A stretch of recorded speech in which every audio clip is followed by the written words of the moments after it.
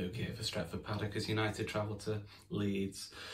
Bielsa's side do have this reputation as being sort of inflexible in their attacking approach, but if you cast your mind back to the second game of last season, they were actually more than happy to park the bus, and they did come away with a 0-0 draw on that occasion. So we don't really know what we're going to see from Leeds. I think either way, we're going to have far too much for them on the day, especially the way they're playing at the moment.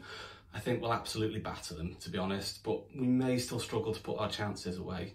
Ultimately, I think there'll be a 2-0 win for United. All right, quick preview for the Leeds game. We're away at Leeds on Sunday. Big game for us. It always is a big game, big rivalry. But it's important because we've got Champions League on Wednesday. I'm going to be there in Madrid, so I'm looking forward to it. So I'm hoping we can go into that game with a bit of good form from this one. So yeah, Leeds are a good team for us to play right now as well. They're going to come at us. They come at whoever they're playing, so it's good for us. We can absorb a bit of pressure, bounce it back out of them, bit of nice counter-attacking football. I want Rashford to play, I want Sancho to play, I want them both playing, both scoring, both assisting. Ronaldo can get back in, score another one, and forget about that goal drought completely. But I want Maguire back in as well. For me, don't drop him. Just keep him in there, keep him playing. He'll build up performances. He'll become good again. For me, he's got to be in there. So we've got to play him, yeah. So I think we'll do well. Leeds is a good team for us. I'm going to say 3-1.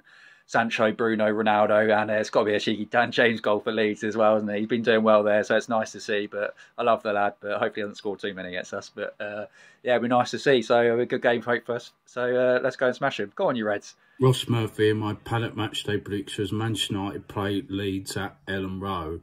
Manchester United have always had a fierce rival over Leeds in many years, and this will be the first time in a while that United play Leeds at Ellen Road with a full crowd. So Leeds will be up for this game, knowing the fact that what happened last week with Everton, they'll be wanting to rectify it. Manchester United come back from not a great performance against Brighton, but we got the 3 points, and we need to keep up this momentum to stay in the top 4.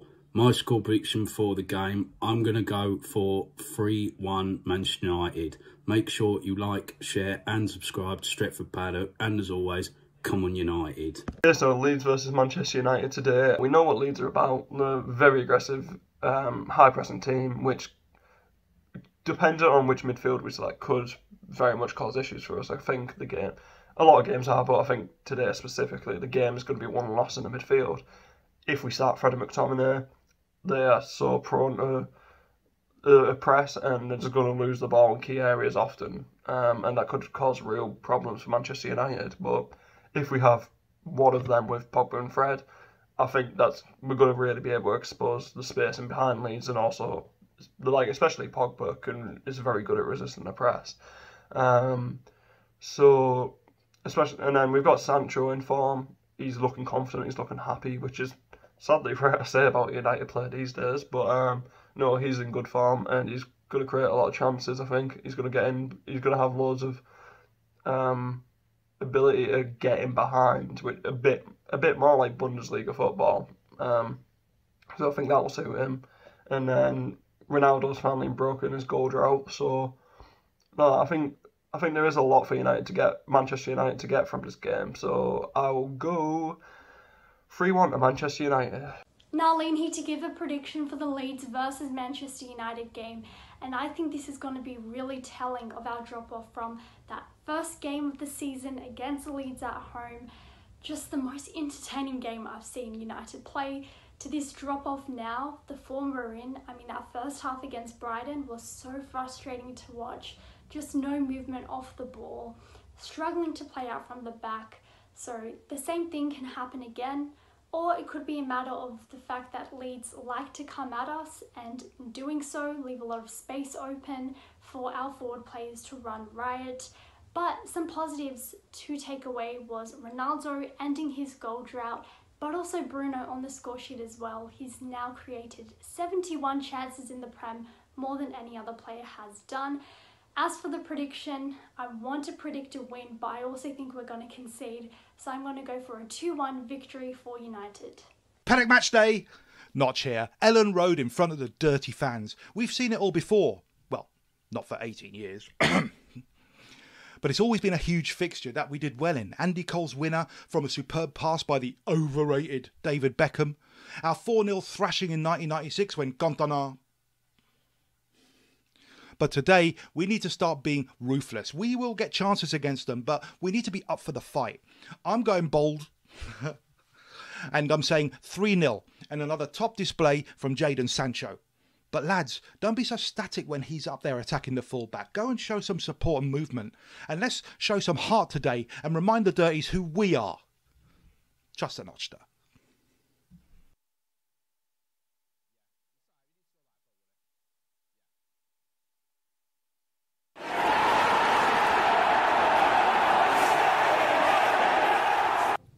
Jay here, Stretford, Paddock. This is the Leeds United Watchalong. Joining me is Angelina Kelly. Ange, how are you doing? I'm all good, how are you? Salford's finest. Yeah, I'm not too bad. What have you been up to? Busy. Busy, all over the show. Booked and busy, as usual. Booked and busy. Looking forward to this one against Dirty Leeds? I am looking forward to it, but I'm also very on edge as well. I know it's one of those games, innit? I always hate these types of games against the likes of Liverpool, against the likes of Leeds, against City, because whilst the game's going on, unless it's like last season where we're like 2-0 up after 3 seconds, I can't relax. I can't enjoy it. I can enjoy it afterwards when we've won, and I can get on Twitter and start glowing. But while the game's going on, unless there's a massive goal difference, which usually isn't, I can't enjoy it. Also, here is Mr. Joe Smith. Hello, you all right? How are you? I'm good, how are you? Ready to win the game, Jay? I hope you didn't mind that I introduced Angelina first. I just thought, because she's a bit more of a guest, that I'd do it that way. More of a guest. Is that all right? David Guest. Yeah. Well, hi, Ange, you all right? Yeah, are you? Yes, good, thank you. Yeah, he's a bit breathless. No, I'm good, yeah, I'm just, Excited. I'm like the cause, mate. Leave me breathless, don't you, Jay? What a tune that What was. a quality reference. As you know, it's live, obviously, so get involved in the chat, in the comments. Let us know what you think about Manchester United, about the team, about all that. We should have the team news out shortly as well, so we'll be able to do a bit of a deep dive into that. Just before we get it, what do you want to see from the team? Who do you want to see playing? I think we need Sancho. Yep. I think we need Pogba. Yep. And I think that, that's it, really. Maybe Bruno as well, but Sancho and Pogba, I think, have been essential. Sort of our, yeah. I mean, Bruno as well, obviously. Bruno's sort of that ever-present essential, isn't he? But I think those two are the two that have kind of stepped up in recent weeks. Obviously, Pogba coming back from injury. Yeah. Sancho coming back into form. Those two, get him on the pitch, get him playing well, I think we'll win. I think that the reason I say Pogba is because the midfield of McTominay, Pogba and Fred, McTominay, Pogba and Bruno make so many more chances for the attackers than McTominay, Bruno and Fred. Yeah. And we saw that the other day, the games that Pogba's been playing, we've been making tons of chances in every game, so let's keep doing that. We made a lot of chances from Paul Pogba in this game at Old Trafford, didn't we? Yeah. Was it something he broke the record or equalled the record, like 4 assists. Not just chances, assists. He had 4 assists. Yeah, which is astonishing. Yeah, in one game. That's the most equal most in a game, isn't it? So. I mean, I was watching him that game, like where we would stand sort of opposite where he was, and it was the same against Newcastle as well. It was like a wall of defenders, and you think there's nothing on it, and he finds something. Yeah, that's the thing that Paul Pogba does. I'm really going to miss him because I think he is going to go. The problem with him leaving is, I know that he's not left yet, but he's going to leave probably. Yeah. People are like, oh, we need to get a CDM in. We also will need to replace Pogba. Yeah. Like if he leaves, we need a CDM now, and we've got Paul Pogba. If he leaves, we need 2 midfilders. Yeah. Yeah. God. He's going to leave as well, so good luck. Justa Doitier says Pogba is the best midfielder in the world right now. Nigel Moore says Joe, Jay, and Angelina best ever lineup for the watch along. Nice. Hard to disagree with that. Straight facts. Certainly because I'm part of it. Yeah, exactly. That I mean, if I wasn't, I might not agree. It would have been a bit awkward if you disagreed. Yeah. Hit that like button. Give us a like as well as let's get to 1,000. 1,000 likes by kickoff. If we get to 1,000 likes by kickoff, we'll win. That is a fact. Every time we've asked that, we've won. Yeah, or at least drawn. Yeah, we've either won or dropped points. So could be worse. No one's died on the watch along when we've done that. IC Vigetta says Leeds is rainy and miserable. Yeah, shout out to everyone who's going down there today. I don't know anyone who's been in Manchester today, but I can't really say it's much different to be honest. It isn't. I mean, the thing with Leeds as well, you don't just get the rain, you also get the spit from the Leeds fans. Yeah, so that's true. You're spitting. Oh no, it's just them. There you go. And that's actually factual. Yeah, you've had a bit of stick at Ellen Road before, haven't you? Yeah, I went to Ellen Road when we played him in the Carling Cup with Michael Owen, got them 2 goals. Pogba played funnily enough before. This is before he went to Juve. He was one of his rare sort of first team appearances for us. And we got off the coach, and I've done a lot of aways, but I've never done anything like Ellen Road. And it was like balls throwing, there was a woman who looked like my mum's age who walked up to me, racially abused me, called me a Munich, see you next Tuesday, and spat at me. What a lovely welcome. What a lovely woman. And it made me laugh, right, because he kept us in, and after the game, right, we kept us in for ages. I was with a load of lads, and this is back when you used to get on it and that, and they were like, right, let's go, let's get into these, like, let's go and find him. And I was like, yeah, you do that, I'm going to go to the coach. Let me know how that goes. I'll look after the seats on the coach. They can sneak out. I'm like, how old was that woman? She must have been about in her 50s. Really? She leaned forward, and I thought for a split second she was going to say, take the notice of these, love. Yeah. Do you know one of them Yeah, ones? And she yeah. went, you black Munich. And I was like, wow. Well, you know, you Did could the take spit some. get on you as well? Or? It missed, and I shouted like, what's your name on Facebook? I'll add you. She'd gone. She'd gone. She got it. The one thing you can hope is that presumably she's dead now. Yeah. So you had the last laugh. Yeah. So if she was in her 50s then, in Leeds years, that's mid-80s. I mean, she was ancient. Do you know what I mean? She was like record breaking. I'm only joking. I hope she's, I hope she's better in her mind. Yeah, I isn't hope anything. she's done some like self-improvement. I hope, yeah. At least, if she's speed no longer awareness if she's no course. longer with us, I hope that happened just before they got promoted to the Premier League. I'm not saying I hope it did happen. I'm just saying If it did. Yeah, if it did. Alex Buckingham says, "Do you reckon we can promote midfielders even from the youth to fill those gaps?" It's a very good question, Ange. When we talk about midfielders, I'm going to throw a few names into you. James will be out, will it? Sorry, James Garner. Oh, is it? It's on the screen. We Sorry. can't see that. Yeah, I can actually. He's all right. If you can zoom in slightly. The teams are out, and I'll ask that question that Alex asked in a minute. We've got De Gea in goal. I'm going to read it out as it sort of, as it reads. Lindelof, Maguire, Pogba, Ronaldo, Lingard, Bruno, Shaw, Sancho, Wan-Bissaka, and McTominay. So, I mean, it's obviously you've got... Interesting. No Varane and Lingard and Wan-Bissaka both dying. Very interesting team. It is an interesting one, that. So let us know what you think about that team. I mean...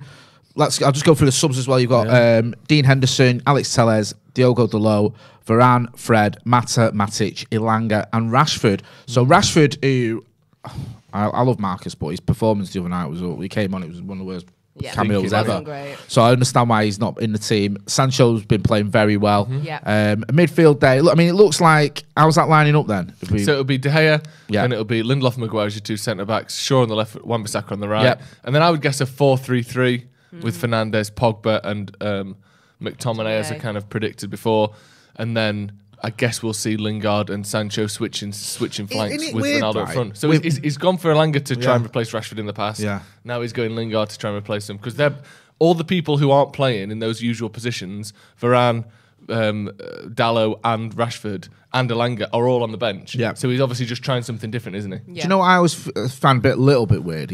I know things change, but he literally didn't. He was happy for Jesse to go. He made that clear. You can go. Don't need you. Off you go. And now he's starting. 2 weeks later, which, you can look at that as two things. You can look at it as either, there's been a decline in the other players and they're not up to the standards that he thought they were. And he's like, well, I need you now. Or he's realised he might need to, if he's staying around, he might need to sort of use him and keep him happy. Yeah, it's interesting, isn't it? I mean, obviously we've lost, Martial, Cavani's not available. Obviously, the situation with Greenwood as well, where he's not playing. I think that probably plays a role as well. Yeah, that's true. But on the other hand, though, like I said before, Rashford and Ilanga are both available. Yeah. I don't know if there's a fitness issue. Maybe they might not be 100%, but they're both there on the bench. So I presume maybe he just wants his energy and his experience. Is it? I've blocked it out of my mind. It's Atletico in a few days. Isn't it, Wednesday. Well? So there is that. I don't think that's particularly playing a role, but maybe. Who knows? I mean, if you were gonna rest or take one of them out, you probably do it for this game, wouldn't you? I think that is still a strong enough team to beat Leeds United. Where I think with Atletico, especially away from home, I don't think you can take any chances whatsoever. I think you'd have to play who you believe are your strongest team, which would include Raphael Varane for starters. Yeah, to me though, I think Lingard's style of play might work against Atletico. Because he's so hard working. He's obviously got more experience than Ilanga. He's not as good in front of goal or, traditionally as Rashford is. I know Rashford's been poor this season, but he get a lot of goals. But he has got that kind of, he's played in big games, he's played in cup finals, he's played in a lot of semi-finals, and, Jesse Lingard is kind of Ilanga in terms of his work rate and his willingness to track back and make those runs in behind, but with experience. So maybe he won't. You know, I wouldn't have been surprised to see him against Atletico, but now he's playing today. I doubt he will be. Maybe this is his trial run. Maybe, yeah. Who knows? I'll go through the Leeds team if anyone cares. Yeah, we're playing him. Yeah, all right. Should we mention him? Yeah. Yeah. Is it the keeper? How do you pronounce it? Meslier. Yeah. Meslier. Yeah. He gets linked with United every time we play him, and every time we play him, he looks like a short boy that's like all right in the net. Did he play in any of the defeats? He certainly played in the last one. I think he played in both. He definitely played in the one this season. That's up there with. Do you remember that manager that we beat 9-0? We should get him in. What that we saw last week with Harsenhootel? Yeah. Like, what? Farsenhootel, more like. Nicely done. Farsen, who came up with it? I'd say. All right, that's enough. Yep. The back four is Dallas, Llorente, Strujic. I'm pronouncing that. I'm getting that wrong. How's that? Struik, Ayling. He's the one that scored that worldie, isn't he? Mm-hmm. It's so funny that. Scored that worldie at Old Trafford. They're all celebrating, and we went and scored straight away. He's still ailing from that, isn't he? Yes, nice. Cock. Stop me. Sorry. Was that better than my Farsen who came up with I it? think Farsenhootel was the pinnacle. Yeah. And it's been downhill since. Interesting. Yeah. That was the sort of the... What do they call it? That was like, the the 2008, sort of Van der Sar saving an Elkers penalty. Sure. And then we've just had a little bit of a steady decline. So we've got Cock and Forshaw in midfield. Now you're just shouting out words. No, I'm not going to attempt anymore. I feel like I'm at school. You just took me turning to Stephen Howson. Harrison clicked. James. Oh, he plays for Man United, doesn't he? He's saved, doesn't he? Forgot about him. He says he's going to celebrate if he scores. Who cares? And I don't blame you, but I'm what? Rodrigo. On the bench, you got Clayson, Firpo, Cresswell, Shackleton, Kenny. Kennneh. That sounds like a Manx saying Kenny, doesn't it? Kenny. Hey, Yeah, Kenny. You coming home for your tea or what? Bate, Roberts, Rafina, Gelhard. So, If you play your cards right. a strong team there. Rafina, what's going on with him? Does he not play for him anymore? I thought it was meant to be the best thing since sliced bread. Yeah, I mean, let us know in the comments what you think about that team, what you think about our team. I'm going to go back to Alex Buckingham's question because he sent it in, and I was going to ask you, Ange. We'll ask you both, but I'll start with you. He said, do you reckon we can promote midfielders from the youth to fill those gaps, obviously in midfield? When he says that, I think the likes of James Garner, maybe Hannibal Medjbury. Those are the two. Dylan Levitt, I think he's got a goal today for Dundee. Maybe that he's in the mix there. I'm all for them being given a chance, but I also feel like this team, if this team was better, then maybe. But it's a lot of pressure and it's a big ask to not only come in as a young player into the first team, because it is a big step, but to also come into a team that is not great and the expectation to be that you're going to be able to create things that we've been lacking. I just think it's quite a lot. I would like to see it. I think it's great to trial the youth, and we've seen it before when young players have come in and they have been able to make their mark. But for me personally, I think it's a little bit too much of a risk. I would like to see we've got to sign at least one. You are a god amongst ants. Is there sugar in this? Yeah, I agree. Yes, there is sugar in it. Sorry, I just produced some coffees from under the table. No, and Jay's interrupted. I agree with everything you said there. It's a weird one. Midfield bringing as people well. in when we're not doing very well isn't fair. And midfield isn't like... If we were sat in second or third and we were absolutely flying, then bring them all in. Look at great, but no. I know he plays a bit further forward, but look at City spent 6 years basically with Foden, didn't they? And even now, he don't play him in. You can't just... And that was a team that was winning things. You can't just... It's very rare to be able to just drop a young player into a team. The one player... Class. I can't wait to see is Hannibal. Yeah, me too. I can't wait. He's got that. He's going to be box office. I just feel like not even the football, but just like the name, the hair, the antics, everything. And his style of play as well. He is exciting and he is skillful and good on the ball and all that stuff. Like he draws eyes if nothing else, doesn't he? He does. But yeah, like some of the players that we've been not fooled by, because obviously it's disrespectful to say that people like Darren Gibson on top whoa, the G-bomb. top level professionals who but players who weren't good enough for Man United when they were winning titles. But these players come through and we could do that under Fergie. You could bring in Gibson or like I said, Cleverly or Welbeck or whatever. Title-winning players, aren't they? Yeah, exactly. And you think these could be the next big thing, and they weren't, which is fine. But if you brought that player, if you brought tried to bring Danny Welbeck through in this team, and he's taking Ronaldo's place, for instance, and we're losing games, you'd be slaughtered. You can't do it, and it's just, especially if someone's having a good loan spell like Garner is, why take him away from that to bring him into United, where he's probably not going to play every week, he's probably not going to help, and also he's probably just going to get loads of stick or give the manager loads of stick. So James Garner could end up at Wembley twice this season. It's not beyond the realms of possibility, isn't it? Why? Playoffs and the FA Cup. So I mean, I know it's not likely, but beating Leicester and Arsenal so far in the FA Cup, they're in with a shout, I think, of the playoffs. So yeah, like you say, taking him from being one of their main players in a very successful season for them to the absolute horror show that is Manchester United at the minute, probably to sit on the bench.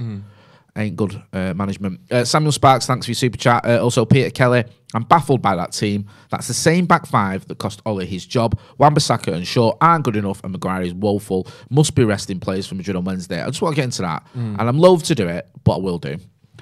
Tim Sherwood was trending earlier, and I couldn't help myself. I clicked on the clip, and he was basically blaming Varane for our problems and saying that Lindelof and Maguire plays better with Lindelof.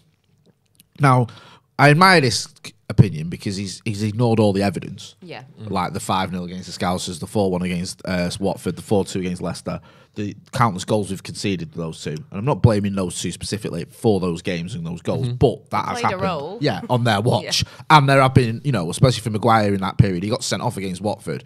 He was at fault. It wasn't his fault. Yeah, that's exactly, yeah. So, you have to point a finger a little bit at them.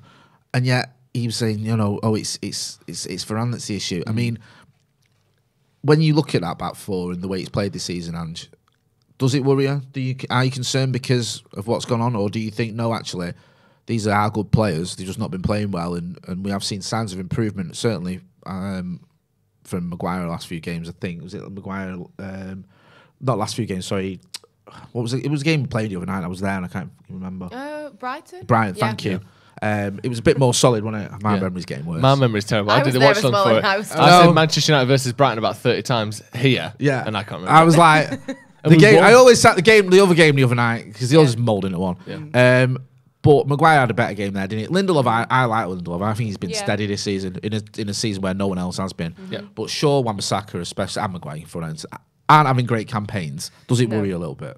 Yeah, of course it worries me. I think especially it's the dips. I think especially when you look at Luke Shaw, you went from, it was amazing going way back, and then obviously there was the really bad injury, and then it was just kind of a dip, and then there was the Mourinho period, which I do feel quite sorry for him there because that mustn't have been easy. He then kind of rose from the ashes. Euros, and then it just dips again. Like a phoenix. Literally. Luke Shaw to become Shawberto Carlos. Remember that fortnight? That was exciting, wasn't it? Luke Shaw. Go on, sorry. Seeing the roller coaster, that's what concerns me because the talent is clearly there. But then some people are arguing, when he was playing with England, he was playing, with better players all around. I mean, I know Harry Maguire got into the Euro team of the tournament. Did Luke Shaw get in there? No, he didn't. He didn't. He didn't. He was just excellent.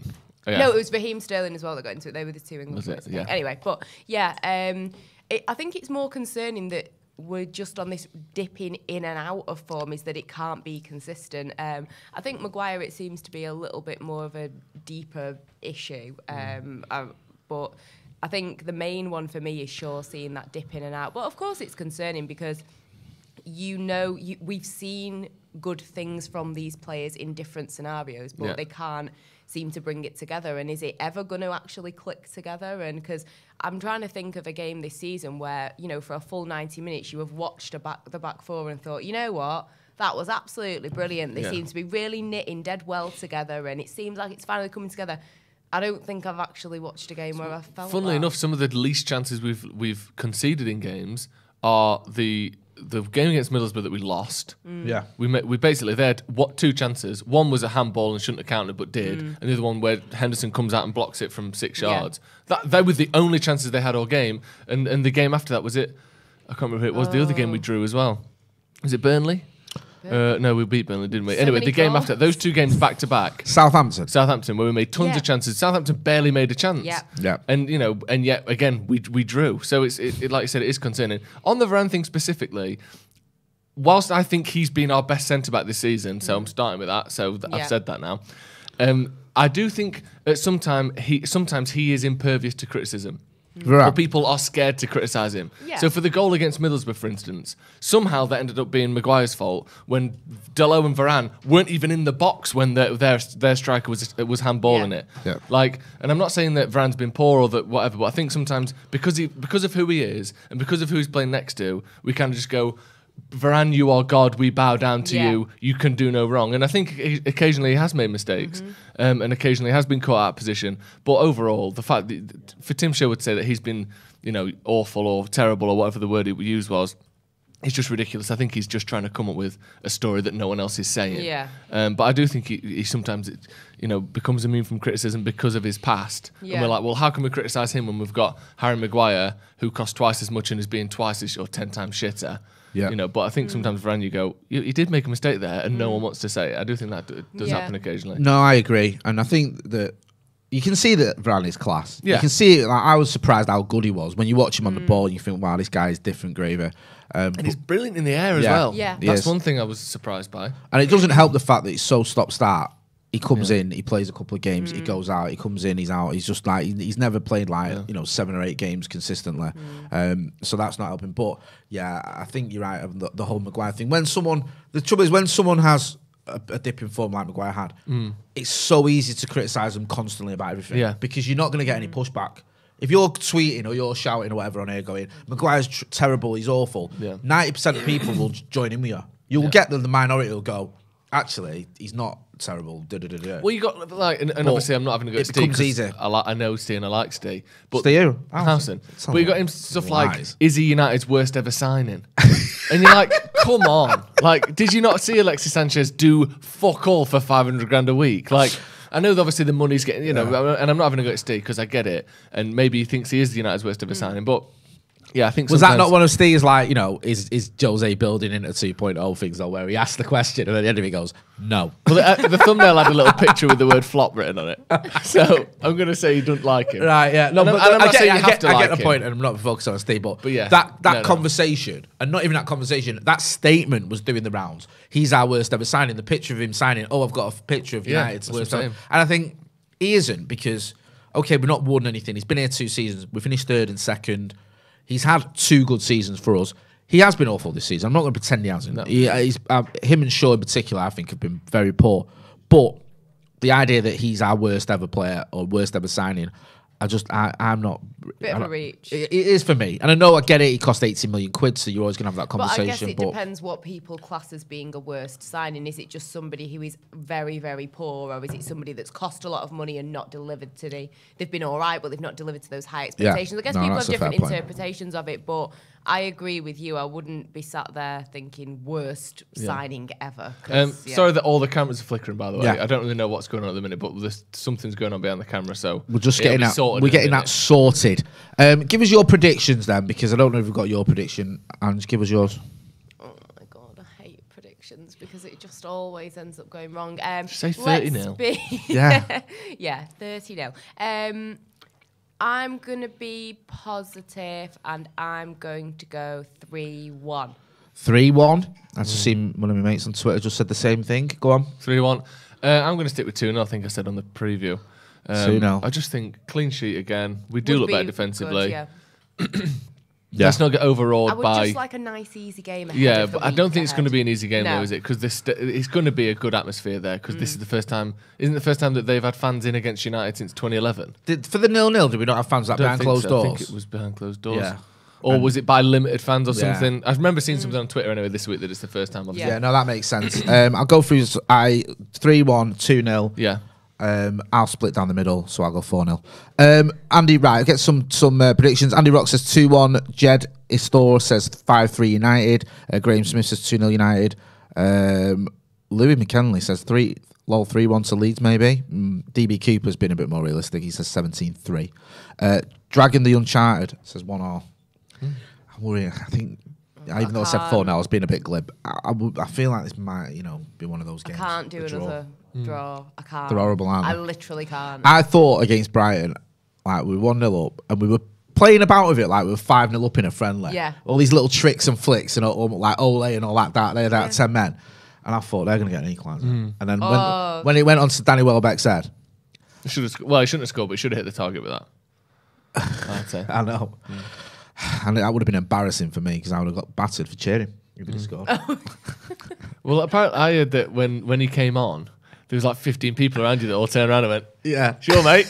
Well, I know obviously some of it's tongue in cheek, but you do have an affinity to Danny Welbeck, don't you? And you've been vocal about that. Yeah, I have always stuck up for. Have you ever met him?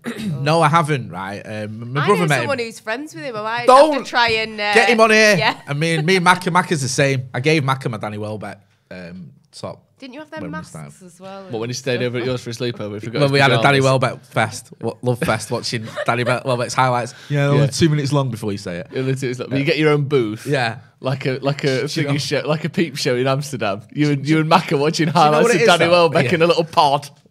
Do what you want in the pod. Our kid made a good point yesterday because we were talking about it, and he said for his age, because he's a similar age to Danny Welbeck, he was one of the few local lads that came through and made it into the first team because he's from Manchester. I think he's from Longside. Yeah. So for a lot of lads from this area, like he's a lot younger than me, so it's not like that's my reason. But you look at him, you go, oh, that's someone like us who's got into that first team. Has made it. Because when you say academy, Andres Pereira's from the academy, but he grew up in Brazil. Yeah. Do you know what I mean? So it's different, isn't it? Did you feel that with Wes Brown? Because he's pretty much your age. Yeah, it's a great point that because I think he's from a similar area as Danny Welbeck, but Wes Brown got into the team like when he was at 18, so I think he's at almost the same age as me. So I was the same age. I used to see him now and again in like Charlton and stuff and snooker roll. So you sort of he's a local lad who's done well, and you do have that little affinity with him. Yeah. And like with Danny, I mean, okay, I used to play on it and go a bit OTT with him, but I remember. Do you remember the Sunderland game where they beat us on penalties? And I remember it's like Phil Jones took the worst penalty I've ever seen ever. But Danny Welbeck didn't start us off very well because he skied his penalty. He took the first one, skied it, and everyone who stood around me just turned to me and went, yeah. That's what you get when you attach yourself, even if half jokingly, to mediocrity, though, isn't it? And the Neuer chip as well. Everyone was going about that the other night. Forgot about that. Right. For anyone who doesn't remember that, what was the score at the time? It was 0-0 at the time, I think. Was this the first leg? The first leg. Danny Welbeck's basically one-on-one with Neuer, isn't he? And he tries to chip him from about 10 yards out. Yeah, and also, the worst thing about that wasn't the fact he tried to chip it, which is bad enough. It was the fact that it was going wide. I think if Neuer had just gone wide, but he did him a slight favour by saving it. Yeah, it was awful. Get involved in the chat in the comments. Let us know your predicted scores or your score predictions even. Aaron Shearer says, love Welbeck. Well said. I'll go through the teams again just in case anyone doesn't know them. For Manchester United, we have David De Gea, Victor Lindelof, Harry Maguire, who's his captain. We'll get to that in a minute. We'll talk about that in a minute. Paul Pogba, Ronaldo, Jesse Lingard, Bruno, Luke Shaw, Jadon Sancho, Anawan Bissaka, Scott McTominay. On the bench, we've got Dean Henderson, Juan Mata, Marcus, Rashford, Fred, Varane, Dalot, Telles, Nemanja Matic, and Anthony Ilanga. I know he gets the Leeds team in a second. Yeah. I know it's only a couple of players, but that bench seems much more full and able to change a game than it has done. We had 5 defenders on the other day. Yeah, so I'm saying like even someone like Matic. Let's say we're 2-0 up. And McTominay's legs are going, or Pogba's maybe hasn't got the legs in him because he's still come back from injury. He's a genuine option off the bench to close out a game, and then you've got Rashford and Ilanga who are genuine options off the bench to try and go and win a game. It felt like last couple of weeks we've basically had no one on the bench. There's no stocking fillers on that bench. No, exactly. Like, it's a good bench. Maybe you can argue, and I don't like saying it because I love the guy, but maybe you argue Juan Mata's not at the age now where he does a lot. If he comes on, I'm happy if he proves me wrong. But other than that, I think every one of those players, you think, okay, full back goes off, Telles or Dalot. Yeah. Anything happens centre back, you've got Varane. It needs to change it midfield, Matic and Fred. And like you say, if you're chasing the game, Ilanga and Rashford are always capable of getting you a goal. For the Leeds United team, we've got Meslier, Eiling, Forshaw, Koch, Lorente, Dallas, Rodrigo, Daniel James, Struijk, Harrison and Klitsch. Their bench has got Klaassen, Firpo, Rafinha, Roberts, Bate, Gelhard, Cresswell, Shackleton and Kenny. The ref, if anyone cares, I mean you should do because it usually matters, is Paul Tierney. And the fourth official, the VAR, is Chris Kavanagh. So his name will be trending later on. Nice one, Cavs. No doubt. On the captaincy front, Harry Maguire is the captain till the end of the season. And do you know how I know that? Because I read it online. No, because Ralph Rangnick came out and said it. What do you make of that, Joe? I always say this about you, Maguire. You're one of the last people to criticise him. Am I? You are. Is it most recent, or do you mean I hold off? You hold off. You've been quite measured. You're not. I hate this idea that you haven't criticised him, because you have. Yeah. But you've been pretty measured. You've not joined in when people were losing their minds. Well, I was trying to tell him about it on the preview, and kind of saying if the captain's armband did get taken off him, which he doesn't look like it will be, but if it did, I see why, and I get it. Yeah.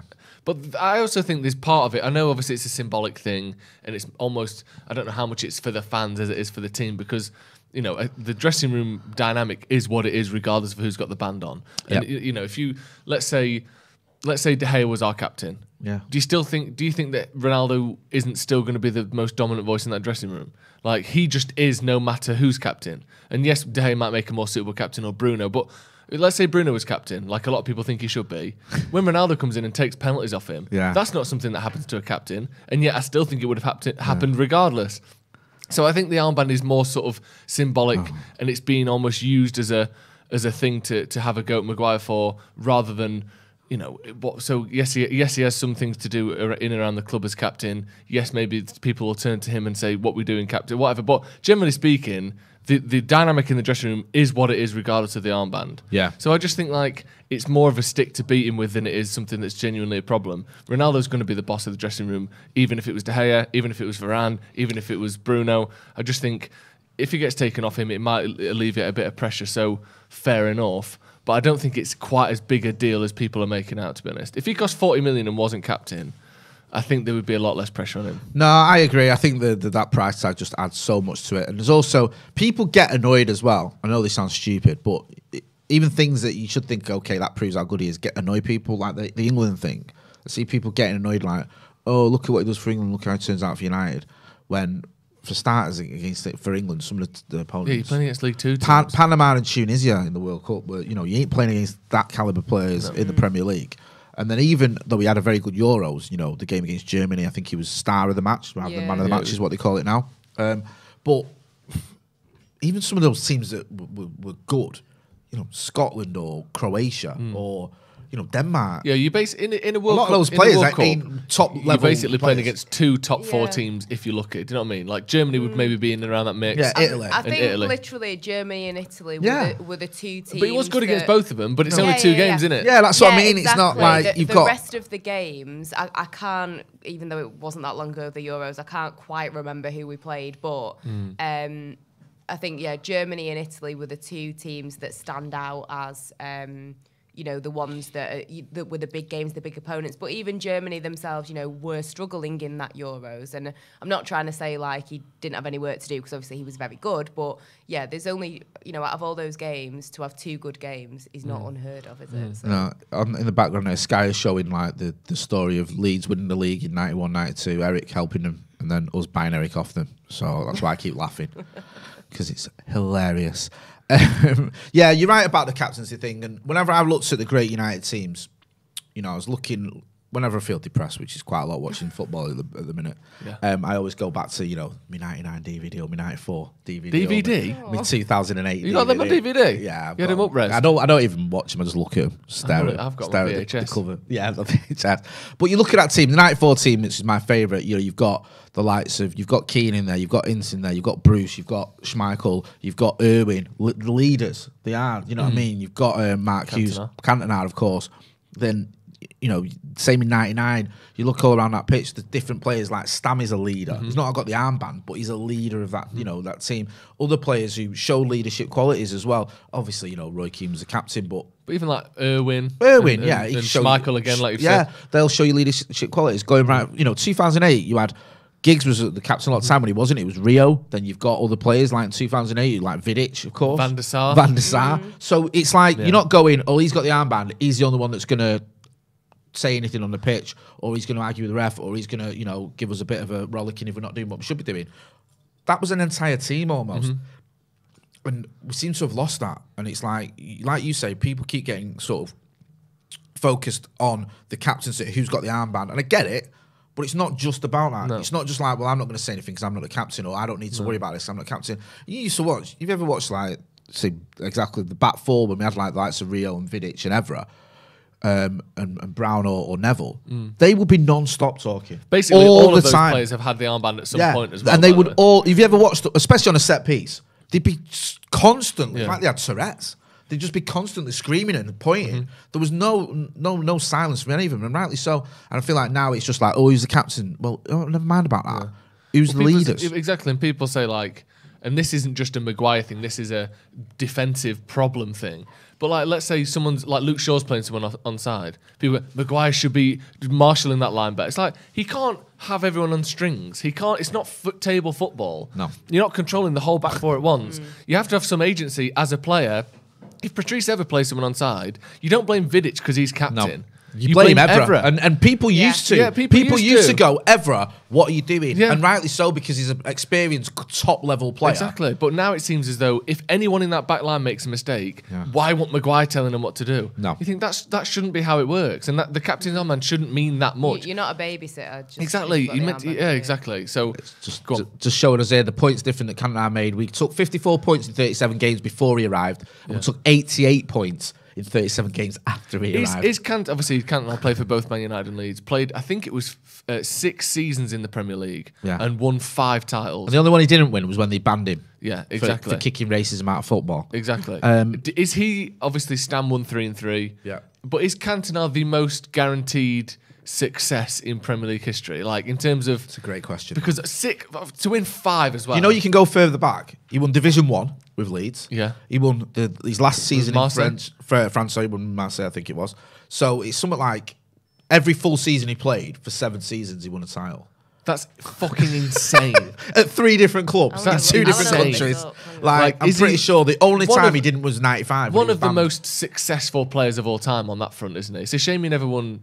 Actually, did he win the Champions League with Marseille? No, he's never won the Champions League. See, well, you got to remember as well, and I will always defend that, because the Champions League from 91 to 96 had the 3 foreigner rule. Yeah. So you couldn't play 3 foreigners. So all of a sudden at United, you could only play 3 foreigners. So you could only play 3 foreigners. Yeah. So Giggs was a foreigner, McClare was a foreigner, Kanchelski, Schmeichel, Cantona obviously were foreigners. Irwin, Hughes. Yeah. Do you know what I mean? You had players that had been in England for like last decade that were foreigners. So we had to have like no disrespect to them. I remember going to European games and seeing the likes of Gary Walsh in goal, Lee Martin at fullback. Players that just weren't. Brian Robson, who was like, you know, a hero and a legend of mine, but having to play these games when he not played all season because he's having to be brought in just for the Champions League game, which isn't ideal for him or for us at the time. So it sort of moved the goalpost massively to the point they got rid of it. It said it's not fair because like I think it was the EU that said it's illegal to just punish, but you can't punish foreigners. Yeah, a private business wanted to pay their employees to play, but you can't because you're not from England. Yeah, that's what it is. And also, if you look, like I remember '94, and I was going about '94 as one of my favourite United teams. I think I'm pretty sure it was AC Milan won the Champions League that season. They beat Barcelona in the final 4-0, right? Yeah. And Barcelona won the Champions League 2 seasons earlier, but become like, you know, more reliant on foreign players. And AC Milan didn't even fill their quota. I think they had 2 foreign players because they were just made up of Italians. And it's like, it completely changed it and moved the goalposts for us especially. What was that like at the time, have that sort of 3 foreigner thing? Because now you just, obviously from a workplace kind of legality perspective, as you mentioned there, you won't get away with it. But from a just social, moral perspective, you couldn't say you're not allowed to play because you're foreign. That's exactly what you did. That would never be allowed now. Yeah, and everything you think about, like, the Champions League obviously realised as well, you're just damaging your games. Yeah. Because you're getting reserves making your playing product reserves. Worse. Yeah, you're getting reserves playing reserves. And that's why teams like, I'm not making excuses because we lost to them and you know, we should have beaten, but teams like Galatasaray are made up of just, you know, Turkish players. So they don't have the issues that Manchester United have. Also as well, going back to that, the whole Champions League era when Nader was there, the Champions League teams consisted of teams that had won their title. Yeah. So United... It was only 97, 98 Yeah, the first season was the season... The first season was 98, 99, I think. Yeah, but I'm saying that was the first one where if you finished runner-up in the 97, 98 season, you were in the Champions League the following season. So, yeah, there's some stats there for you, Joe, if you want to go through them there. Yeah, Cantona was a £1 million signing from Leeds to United in 92. Won 6 major trophies, 4 Premier Leagues, 2 FA Cups, 82 goals and 68 assists in 185 appearances. I think he's still third on United's highest goals and assists per 90 minutes ever. Club's record score, top scorer in the 93, 94 it season. It said there a 95, stat, 96 I don't know if you saw, 21 of his 64 goals, I think, in the Premier League were winning goals. Yeah. And I don't think you can quantify that, because I remember in '96 when he came back from his suspension, and Gary Neville there on the screen, who obviously was part of Class of '92 during that time. Eric Cantona came back, and United won something like 5 of our last 10 games 1-0, and he scored those goals. Yeah. Including the FA Cup final against the Scousers. Yeah. So they're only like, you go, oh, he scored 5 in 10. That doesn't tell the picture. That's the goal as well, yeah, isn't it, the volley? yeah. So he's scoring match-winning goals to win you that title. Yeah. I always remember a commentator, I was listening to it on the radio, and the commentator says, sorry, I'll get to Super Chats as well, because someone said I've missed your Super Chat. I haven't, bro. I'll read it in a minute. Said, Eric Cantona continues his one-man crusade for the double. I was for, yeah. Good, isn't he? But he literally won, like I'm looking at it now, pretty much a trophy, like nearly every year. So he won one in the 86-87. Yep. Then missed a season, but then the 88-89 won Division 1. Yep. In Marseille, then won the Coupe de France the next year, then won the Division 1 again with Marseille the year after. Yep. Then the year after that won the First Division with Leeds. Then the year after that, Premier League. Then he got banned. Yes. Then 95-96 Premier League, 96-97 Premier League. Obviously, FA Cups in the middle of that. Retired though. Also, you know, the thing with Eric, I think one of those seasons you mentioned he missed, I think he might have been banned in France as well at that time, because he got banned for throwing a ball at a ref. Smoking on the pitch. Yeah, he threw the ball at a ref and called. I think he called the French manager shit as well at one point. But yeah, just every time he played a full season. Yeah, you know, your team won. And also, won. like, his individual awards that he's won, if you want to count those. He basically won something in some capacity every year, at least once. The thing with Eric as well is that you almost can't quantify. He was a talisman.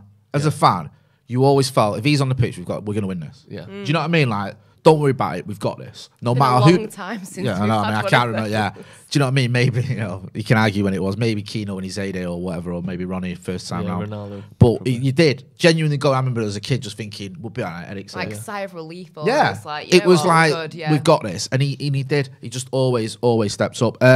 Redman07, who's been a member of the Academy for 6 months, thanks for your support. Only 4 in that lineup since Jose's time, and 2 of those this season. Ole was totally undermined by the board when the squad needed overhauling. Joe, what do you make of that? Do you agree? I think he was slightly undermined. I wonder if I can't get my head around the fact we haven't signed a defensive midfielder since Matic. I just can't, regardless of who the manager is. Surely, even someone as lacking football knowledge as Woodward and Matt Judge and the scouting team or whoever, you know, I guess the scouting team aren't lacking football knowledge, but the people making those, know, bro. you'd assume so. Yeah.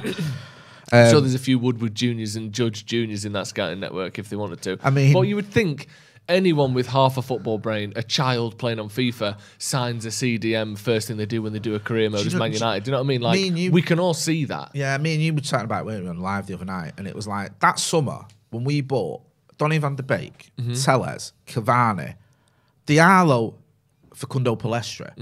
Now, all right, with add-ons, I think it goes up to about 150 mil, but it's around about 110 mil. We could have got a CDM. Yeah. We could have. Look at those 5 players. Van de Beek, Cavani, Diallo, Palestri, Tellez. Yeah. How many of those players were bought to be a first-team player? Maybe Tellez. Yeah. The rest of them were bought as backups. Cavani was a backup to Martial. Yeah. Van der Beek was bought in case we saw Pogba and we didn't. Yeah. Ahmad and Palestra were Just both for the bought future. for the future. Yeah. We bought in one first-team player and he didn't even make it as a first-team player. The only one that did was Cavani. It's like it's mad. mad. Like I said, we spent over 100 million on just fluff. And that's no offence to Diallo and Palestra because they still could come good. But what we needed at the time was, let's take this next step. We've just finished 3rd. Let's really push on. The fact that he managed to get 2nd the season after, I wouldn't say he's a miracle, but it's surprising. It's, you know, he's done well there. Like you said, we could have got maybe Rice at the time wasn't quite there, or maybe someone like Ndidi, or you know, whoever. Was that the season that Idrissa Gueye went to PSG? Yeah, we could have. You're right though. If we'd have gone out and said we spent 70 million on Rice, people would have gone, "You've lost your minds. What are you doing?" Yeah. But that would have benefited us a lot more than buying. No disrespect. And listen, I love it if they all love it if we beat them. Love it if the likes of Palestra and Diallo come back and absolutely smash it out of the park and have the greatest United careers ever. But one thing is, you know, sort of unarguable is they didn't help Ole Gunnar Solskjaer keep his job. They haven't done anything. Yeah, Ole Gunnar Solskjaer was not better served getting them to keep his job. He needed a DM and he didn't get one. Dale Gibson says, love reminiscing about the greatness of Eric. That feeling of never being out of a game as long as we had him. Oh, sorry, as long as he was on the pitch is what I miss most. Daniel Farr says, what was he banned for? He was banned for FA corruption, basically. They're just corrupt and they banned him for doing a public service. For anyone who actually hasn't seen them, what did he do? He got sent off against Palace, right? He was getting kicked all day by Richard Shaw. He reacted, right? He kicked him back. The ref saw it. He got a red card. As he's walking off, Matthew Simmons, who lives named him straight away. Yeah, lives in London. If you want his address, DM me. I'm not joking. I'm not joking. He ran down lots of flights of stairs in the Palace end and gave Eric a load of abuse, French this and that and the other, even though he said early bath for you, mate, which is just ridiculous. He didn't. And Eric thought he'd have a little discussion with him about race relations, and Kung Fu kicked him and punched him several times. He's jumped over the kind of advertising boards with his feet first. Yeah, it was amazing. It was incredible. And then he was banned for 6 months. He got banned. Well, United immediately banned him till the end of the season. Fergie said, right, he's obviously going to get a long ban. Like, we can't have him in the season. So they came out and said, right, we're banning him to the end of the season. How long was left that season? I think this was January, so there was like 5 months left. I think so. I might be wrong. Don't quote me on that. But I think it was sort of just over halfway through the season. Again, this was 20 odd years ago, whatever.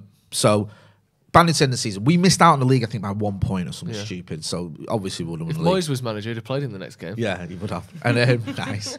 And also we lost the FA Cup final to Everton, which again we would have beaten. We would have won a double. Yeah, we would have won a double. And it would have been, what was it? It would have been 5 fucking league titles in a row. And it would have been. It would have been. Including 3 doubles. It would have been. It actually definitely would have been. When he's saying he wouldn't have made like 2 points difference in 4 months. Of course he would. Anthony Jarvis says, I was about 10 metres away from the kick that day. It was epic. Nice one, Anthony. Because one funny thing is, like, because it was at Sellers Park, there's a lot of United fans that were in the Palace end. I spoke to a few lads who were there, and my mate was there, and he was saying after Matthew Simmons got up and went back up the stairs, there was a few United fans who had a chat with him. Yeah. Really? Polite conversation. That's nice. But what the FA did then, because they're stupid, and like, we need to show what we're doing, they banned him for another 4 months for the next season, till October. The next season. He got prosecuted. At one point, it looked like he was going to go to prison, but then they changed it to community service, so he had to teach a load of kids football and stuff. Then he came back in October, and we played Liverpool. That was his first game back, and we drew 2-2. And who scored the goal for United, the equaliser? Eric Cantona from the spot. Imagine you're at school and the teacher comes and goes, today, bit of a different system we've got going on. We've actually got a criminal coming in. And he's going to teach how to play football. Like, it's not my stepdad, is it? No, it's not his stepdad. It's not his stepdad. It's fucking Eric Cantona comes in. Imagine! Hey! How good would that be? That'd be the best day ever, wouldn't it? That would be absolutely brilliant. Doing community service at school with some kids being taught kick-ups by Eric Cantona.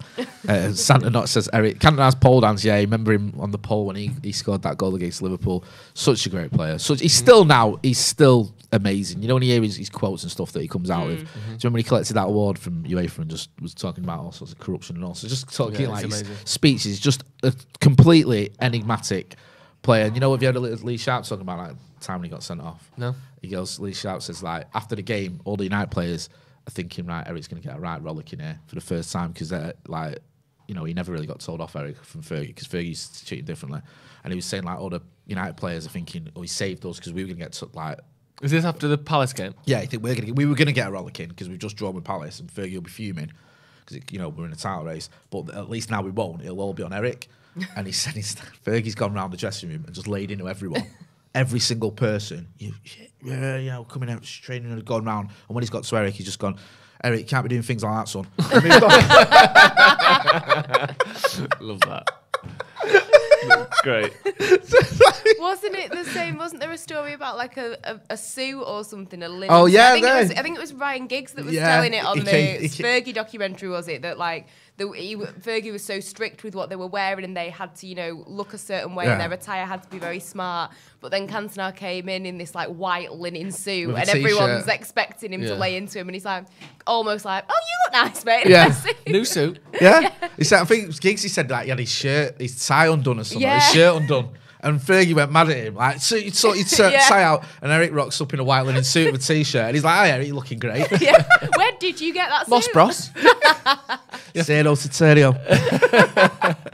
Well, he knew though. But he said that, I think that's what Giggs was saying in the documentary, that it's all about kind of like man management, in that he knew that he had to express himself in that way by wearing a white linen suit, and he accepted it rather than laying into him. So, yeah. And I think you got to give Fergie credit, because that must have been difficult for him. I as mean, well. Fergie's such a strict disciplinarian. He just knew all bets were off with Eric. Like, he is worth.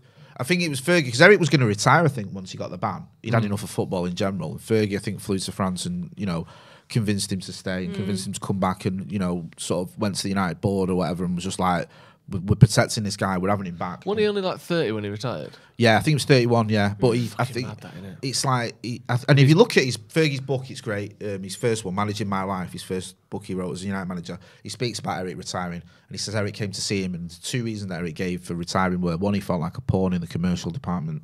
Felt like he was just being used to sell all sorts of tat that he wasn't into. And secondly, he said United aren't aggressive enough in the transfer market. Yeah. At the time, and Fergie said I agreed with him on both of those points. So, it was just I know it's a bit of a cliche, but it's true, more than just a footballer, Eric. You know what I mean? He was just this this absolute genius on and off the pitch. Get involved in the comments, let us know what you think about everything. As well, I'm seeing a few things on Twitter about it's kicking off in Ellen Road. Surprise. Surprise. They've been waiting for this for fucking 11 years, though, haven't they? Leeds fans. Like, there's going to be a bit of shit today. It's one of the ones where you go, I won't mind missing that. If you're not a fighter, it's kind of it's going to be a bag of shit inside and outside that ground all day, innit? I'm just looking out for that woman that Jay mentioned. Can we get a description of her? Because I feel like the person that racially abused and then spat at Jay. Yeah. Can we get some sort of photo fit identity drawing? She's now a member of Parliament. Nadine Dorries, ladies and gentlemen. It's not actually. No, it wasn't Nadine Dorries that spat and racing bees. Just so we get just a disclaimer. Well, I don't think it was anyway. Let's hit that like button. How long have we got until kick-off? We got like 15 minutes. 15 minutes. Stat there, Jesse Lingard set to make his first Premier League start for Man United since January 2020. That is crazy, that, isn't it? I know he went to West Ham for 6 months, but that's still mad. That an England international who's still playing for England now, who's been at United since he was 10 or whatever, and he's not started a game for us in the Premier League. Over 2, isn't it? Oh yeah, over 2. It's 2022. When was it? What month? Don't do this to me. January 2020. You know I'm not well. I'm not well. Is that right? He hasn't started. What year is it? 2 years. In a Premier League. He's not started for the Premier League since League. January 2020, which Ange just found out was 2 years ago. Do you know something, right? Time is going the amount fast, of like Jesse Lingard has had better games in the Premier League in the last 2 years than Van der Beek has. And the amount of people wanting him to play for United out on there, over Jesse Lingard is staggering. Did you see? Have you seen? Right, I like Van der Beek. Maybe he can be great at Everton and come back at Manchester United. I'd love that. But this year, he had his first game for him, it was all right. Second game, really good man of the match. Everyone's going, right, get him back in. He's United's best player again. He's had one decent game for a struggling team. And then yesterday they got battered again. And it's just like, come on. I know. Jesse Lingard, that spell he had for West Ham is better than anything Van der Beek's done for Manchester United. You can't. The thing is, right, and this is what it'll be interesting to see what happens, because there's no guarantees for Van der Beek at Everton. Now, I like Donny Van der Beek. Me too. But Jesse Lingard's loan spell to West Ham couldn't have been much better. It was ridiculous. It was off the scale numbers. He was the most prolific or productive player in the Premier League for those 6 months. Yeah.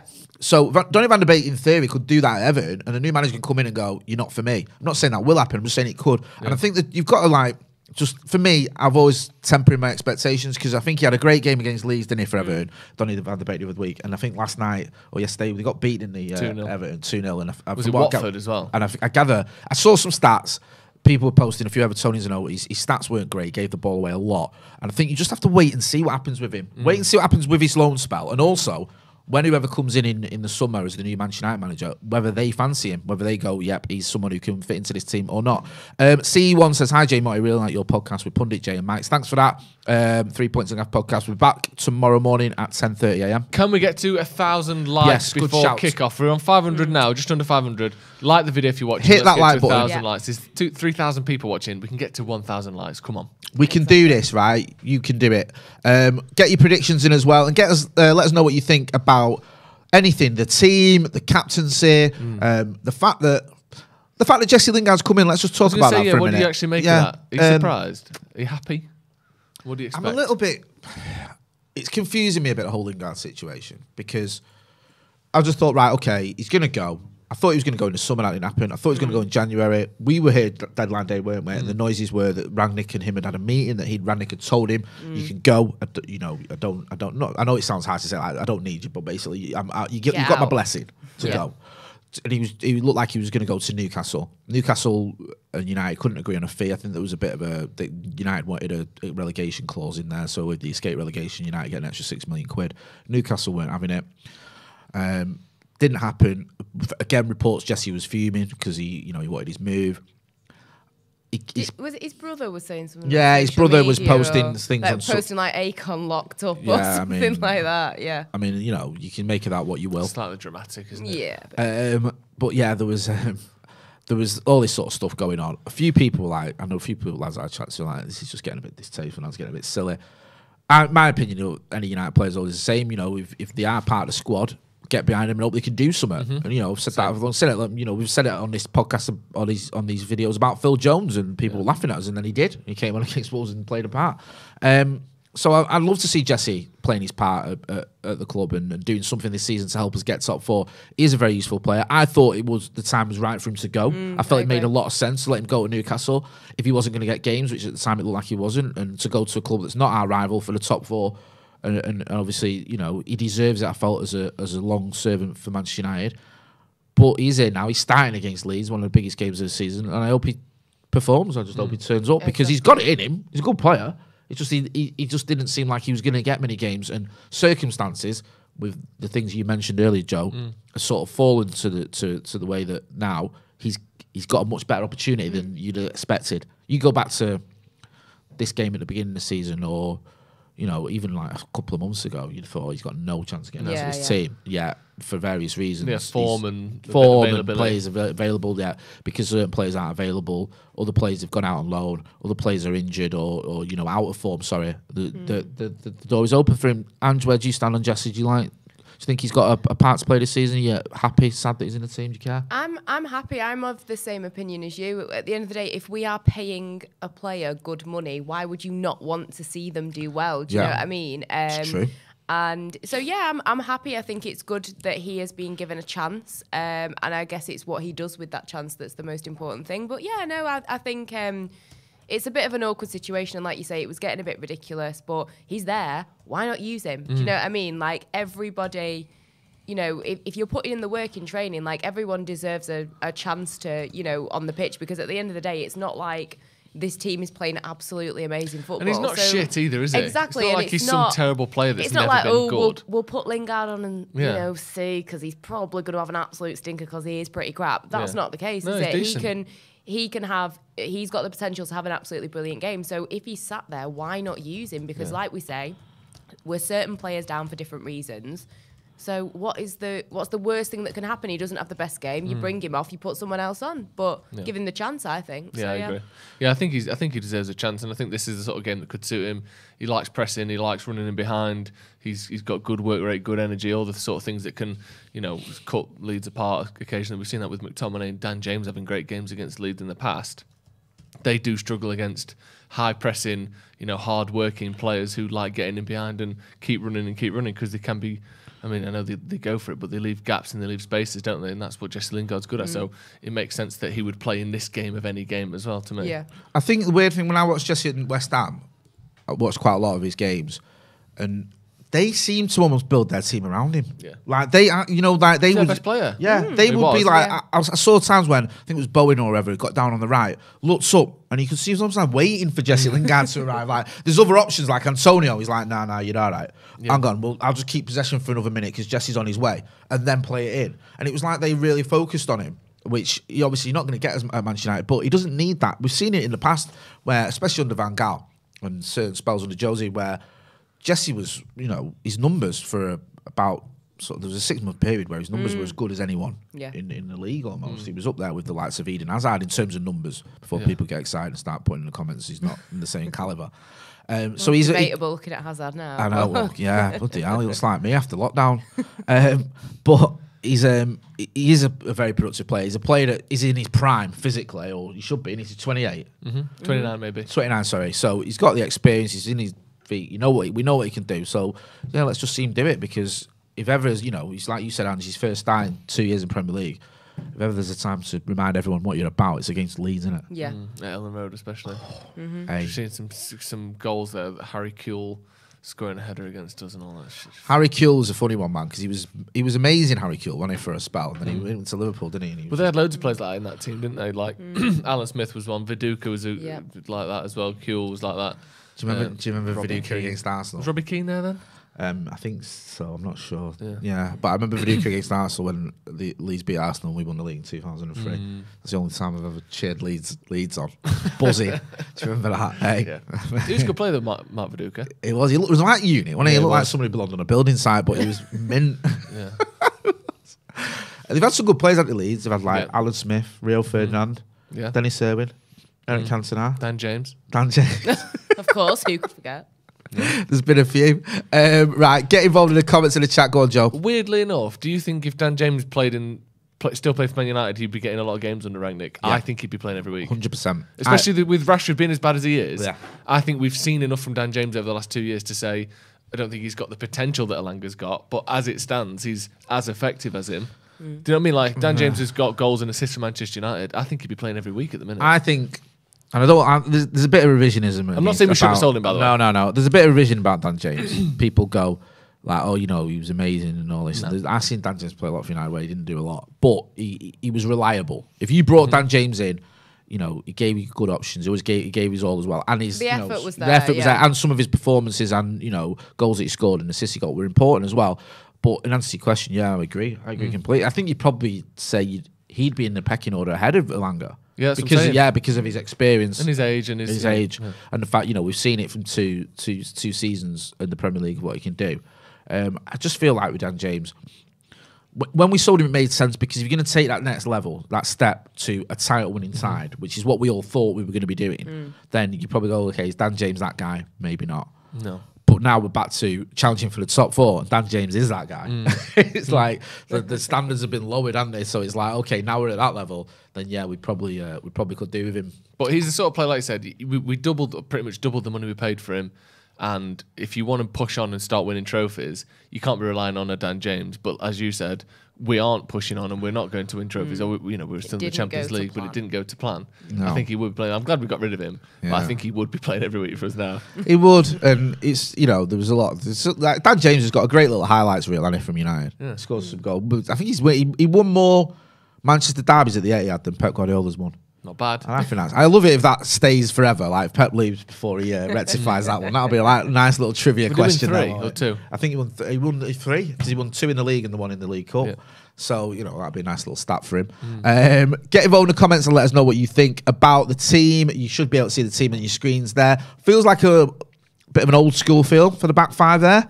The usual suspects from last season. Real flashback team, isn't it? Koth Mike says, Jay, can you shave your head if we win? 100%. I'll do that on air. That's big of you to do that. I know. Do you shave your head, your chin and your top head at the same time? Yeah. It's an all-in-one continuous motion. Is it like peeling a satsuma in one go? Yeah. You just do the whole thing at once. I've got the whole peel, look. I've got it, look.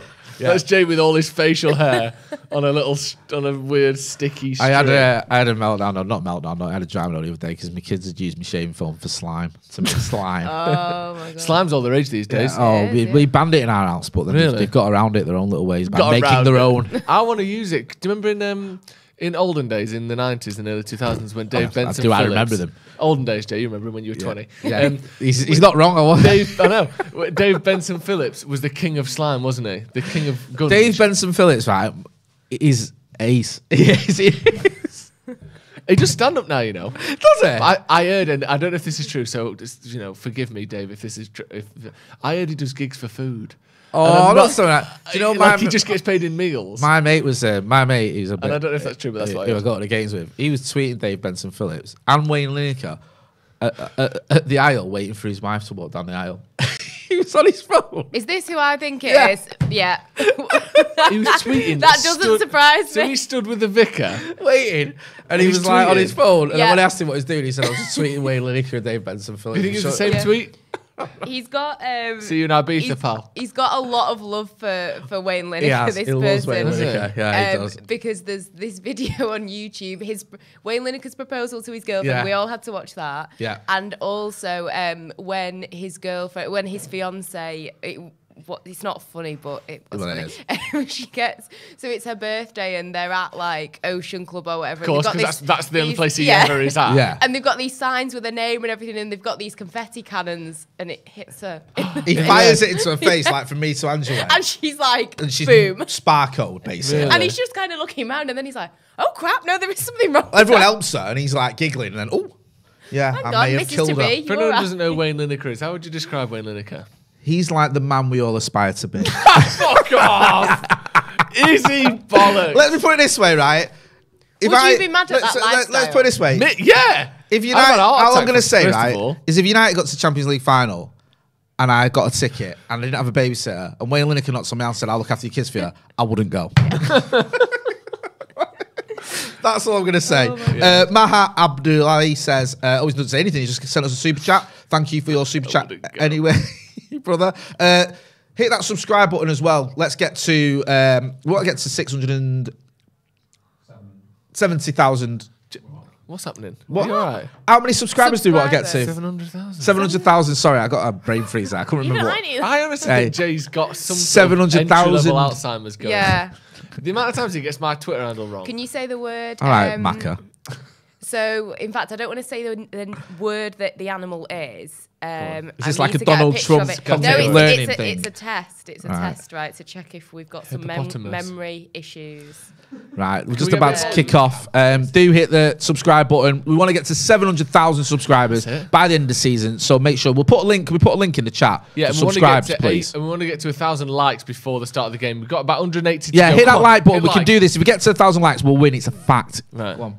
What is that? A penguin. You're all right. If you can't say the word penguin. No, then it was we've actually got a Rocky bar. Get out. Right, sorry. I thought you were going to say no. It's a phone. Like trying to trip me up. Like I was scared. You scared? She's terrified. He's got early onset dementia. I didn't go. Actually, she's right. It's a phone. We've kicked off. It's kicking off. Pull the little comms. Oh down. yes. Yeah, so I don't. I'm a little bit behind on the chat now because otherwise people start telling us we've scored before we see it on the screen. So yeah, don't worry. I will get to your chats and conversations and all the rest of it. What do you think some people call a stadium a real bear pit? Just overused tripe, or what do you think? Bear pit. Yeah. Yeah, it is a little bit. I know what you mean though, because some grounds are like, the crowd are very close here. The old school grounds, I used to love all the old school grounds. It's sort of dying to death. Yeah, Highbury was a good one. Very good shout out. Loftus Road's another one. Sellers Park. Ruben Loftus Road. Yes. Upton Park is a good one. Matthew Upton Park. Yeah. Fucking hell, I'm not going to do it again. How many of these? I don't know. We'll keep going, shall we? Yeah. Get all the stadiums in the UK and I'll come up with a footballer's name that works as a pawn, is it? Main Road. Yeah. I got that. Goodison's one. Paul Goodison. He makes it the chipping in my right, now you just say names. It's gone from football, it's just names. All right, Sadio Main Road. Right.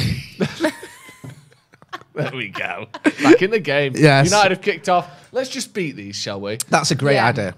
That would be nice, really embarrassing. Good. Yeah. Luke Shaw, fucking up. Right, he's offside. But why put your hand up? Just run. Just out of curiosity, These days, how did you feel about Spurs being Sir? Hated it.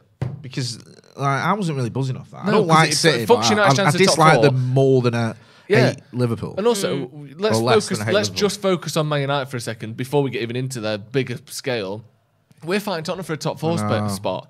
I was expecting Tottenham were in 3-4, weren't they? I was expecting City to beat them and help United out. A draw would have been okay because maybe City and Tottenham drop points, but I'd rather City win the league than Liverpool because they're still 16 leagues behind us or whatever it is, and Liverpool are 1. Yeah. And also it hurts United's chances to the top 4. Yeah, it pissed me off that. No, I wasn't. I didn't even see it right. I was watching Peppa Pig live. Standard at the Opera House. Me and Wayne Lineker got a couple of tickets. How many kids have you got out of curiosity? How many kids have you got? Because obviously you got a Peppa thing for a reason. How many kids you got? I didn't realise. No, I ain't got any kids. Right, okay. Do you just enjoy Peppa Pig personally? It's not the show. It's the company. It's the crowd. Of course. And here's a question for you, Jay. Yes, there's a lot of kids there, but there's a lot of mums and dads there. I thought you were going to say there's a lot of mums that you can like try and Shout get on out. with. And this is just a general thing I noticed. Obviously, a lot of mums and dads in their sort of mid-30s, you've got kids that are 4 or 5, whatever, Peppa Pig age. A lot of mums...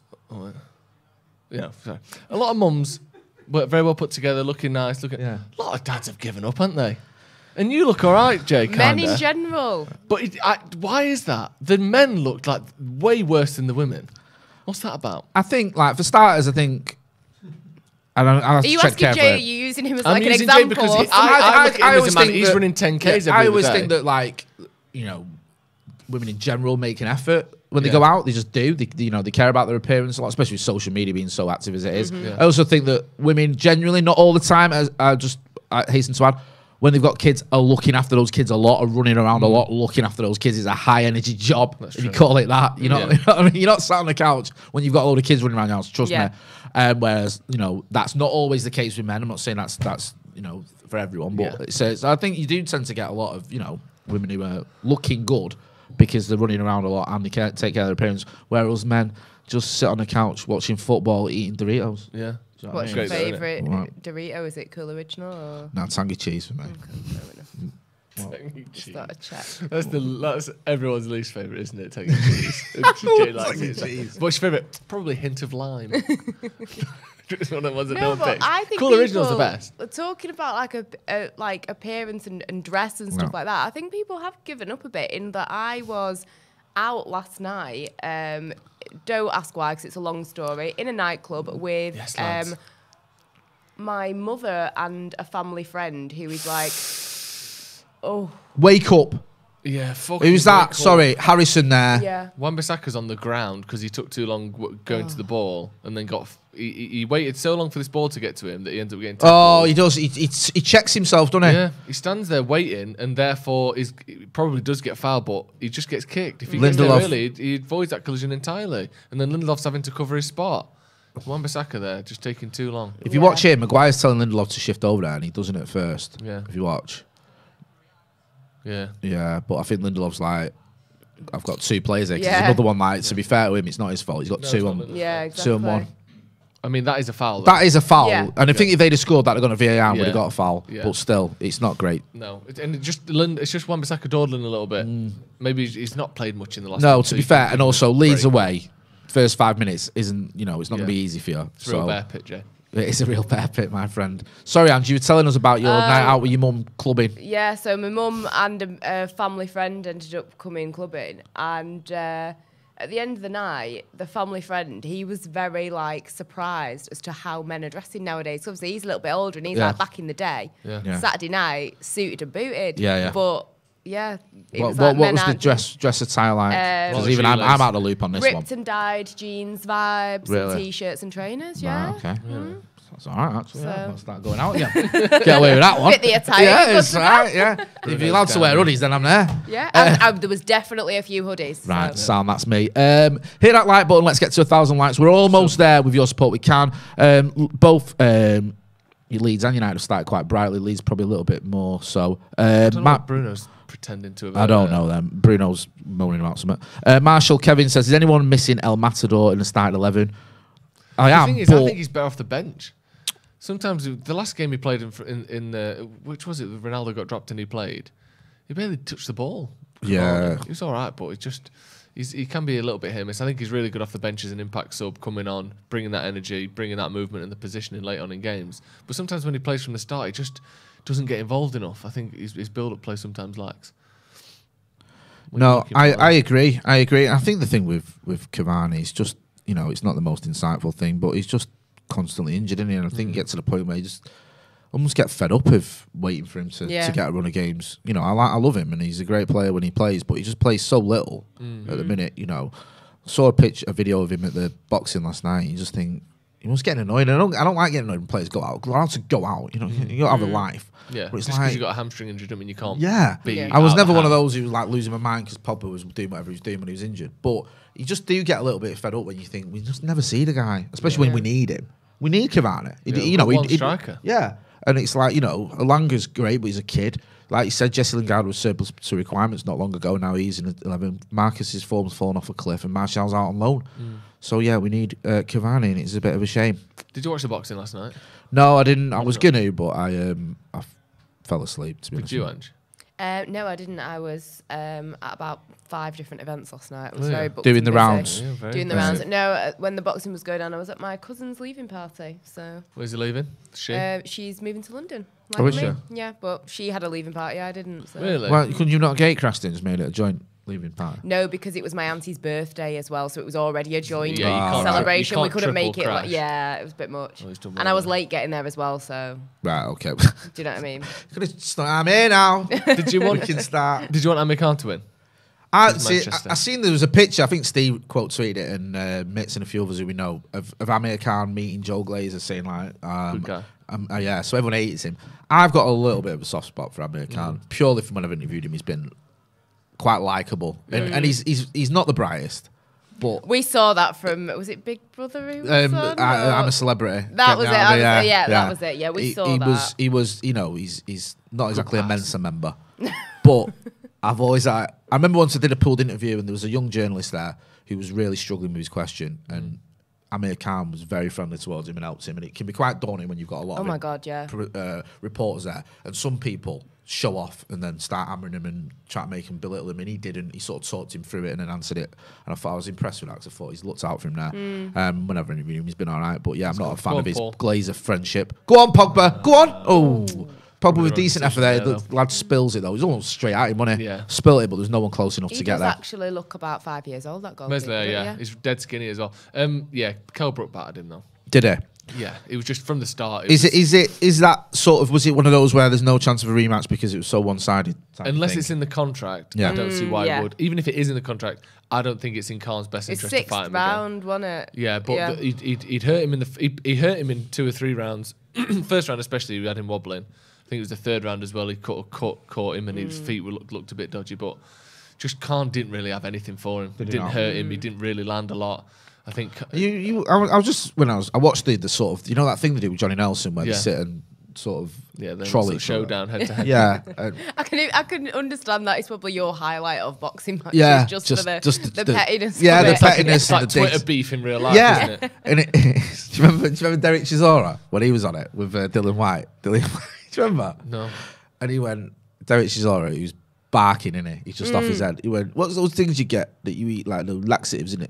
Where you eat them and then they go through like pop, pop, pop, pop, pop when you're on the toilet, innit? That's what I'm going to go. I'm going to go through this guy like pop, pop, pop, pop. And Dylan White, so he goes, it's a bit of a weird analogy.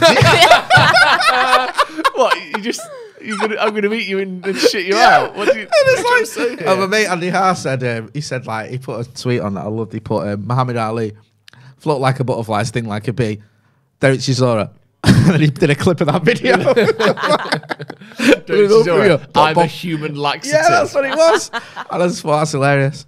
Yeah, so I used to like be a boxing fan, but I'm not. Take it or leave it a bit now. Yeah. To be honest. And Kell Brook versus Amir Khan wasn't one that got me excited. No. I looked at it as well. Maybe It's my 5, pay per 10 view years ago. Yeah, it was like 1995. I thought, wow, paying £20 for that. Yeah, still 0-0, obviously.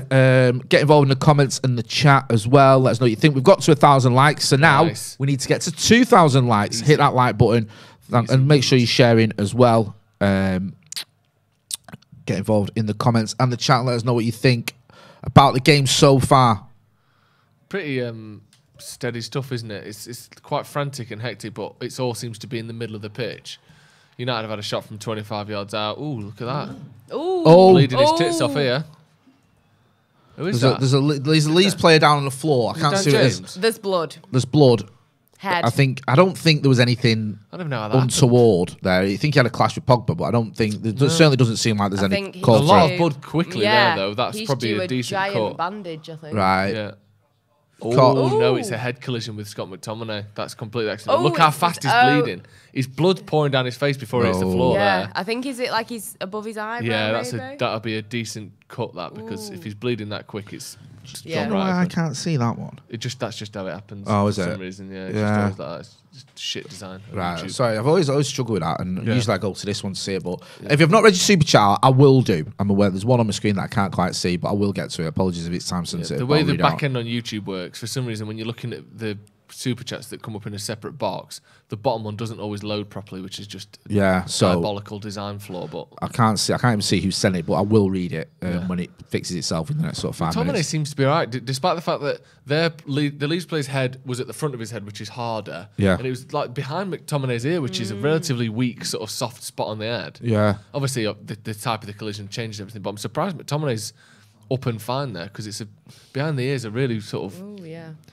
bad place to get hit usually, but just I don't know. He might not even be hurt, Koch. He might have just cut his head open. Do you know what I mean? Yeah, sometimes one of them, and you don't know. Like when you cut yourself, sometimes it just bleeds a lot without actually hurting you. Yeah, exactly. So, but we'll see. Obviously, with someone like we've got to take precautions. He's getting some treatment now on the pitch. Yeah, because they might think concussion. You can see all the Leeds fans behind it. You see that thing that Leeds fans do that I mean, there's many things to do that I don't like, but that thing where they take the shoes off. Take your shoes off if you hate Man U. They take like shoes off if you hate Man U, and they take one of the shoes off and wave them around. Which is the most stupid thing. Yeah, I can see a shoe there. Look, see, you can see shoes in the crowd. Right-hand side, that white look, shoe. shoes off if you hate Man U. Why? Because they're thick. It's freezing cold. Why are you taking your shoe off? I've seen Leeds fans in fits of anger throw the shoes as well. I like that. No, I like that. Yeah. So but you're walking home with one shoe now, aren't you? You genius. But you're like, you know what? It was not only have you it. just seen your team get absolutely battered by your rivals, you've now got to hobble home. No, because I like that, because it reminds me of, like, do you know in the past when like a fallen dictator would get dragged through the streets and people would throw their shoes at him? I love that. That imagery from Europe, from across the world. Brilliant. So if anyone's throwing a shoe, I can get behind. Shoes being thrown. Yeah, okay. Someone hitting. I love how you've likened what is just a bunch of hooligans. Someone hitting a fallen statue with their own shoe is some of my favourite imagery from sort of a war-torn state. So, you know, Nicholas Ceausescu. But like pulling the statue down, the townsfolk pull the statue down and then hit it with their shoes. Fantastic. It's a victory for democracy. Yeah. It's not just a bunch of thick Yorkshire people throwing shoes at United fans that are never going to reach them. Exactly. That's the other point. Yeah, you probably just hit another Leeds fan in the back of the head that you didn't reach United. It reminds me when I was a kid. I remember going to Old Trafford. I used to stand near the away end, and there was these Chelsea fans used to wave money at us because they're hilarious like that. Because they're all so rich. Yeah, this is the night before Abramovich. I remember this one Chelsea fan, this big fat geezer, was waving a fiver.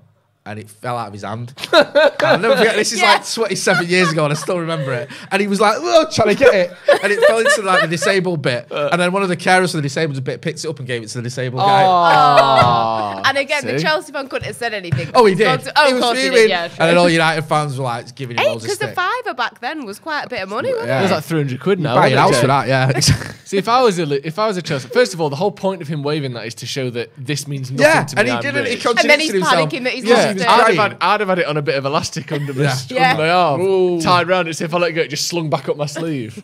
I'm not risking losing me only fiver. That's my he was trying to climb down and crying, and then all United fans were giving him grief. The whole suggestion is that he's got so much money he can wave a fiver. Yeah, he can lose it. Yeah, dickhead. Absolute knobber. We're hearing a lot of good fan stories from Jay today. Yeah, this is Jay at his best. You've been spat at. You've seen someone lose a fiver. It's all going on. No, look at it this way. You've seen someone gain a fiver. True. See? True. That's right. Yeah. There you go. He's got his little Pat Butcher head on. What's he called? Terry Butcher. So Pat Butcher. Ham St. Clement.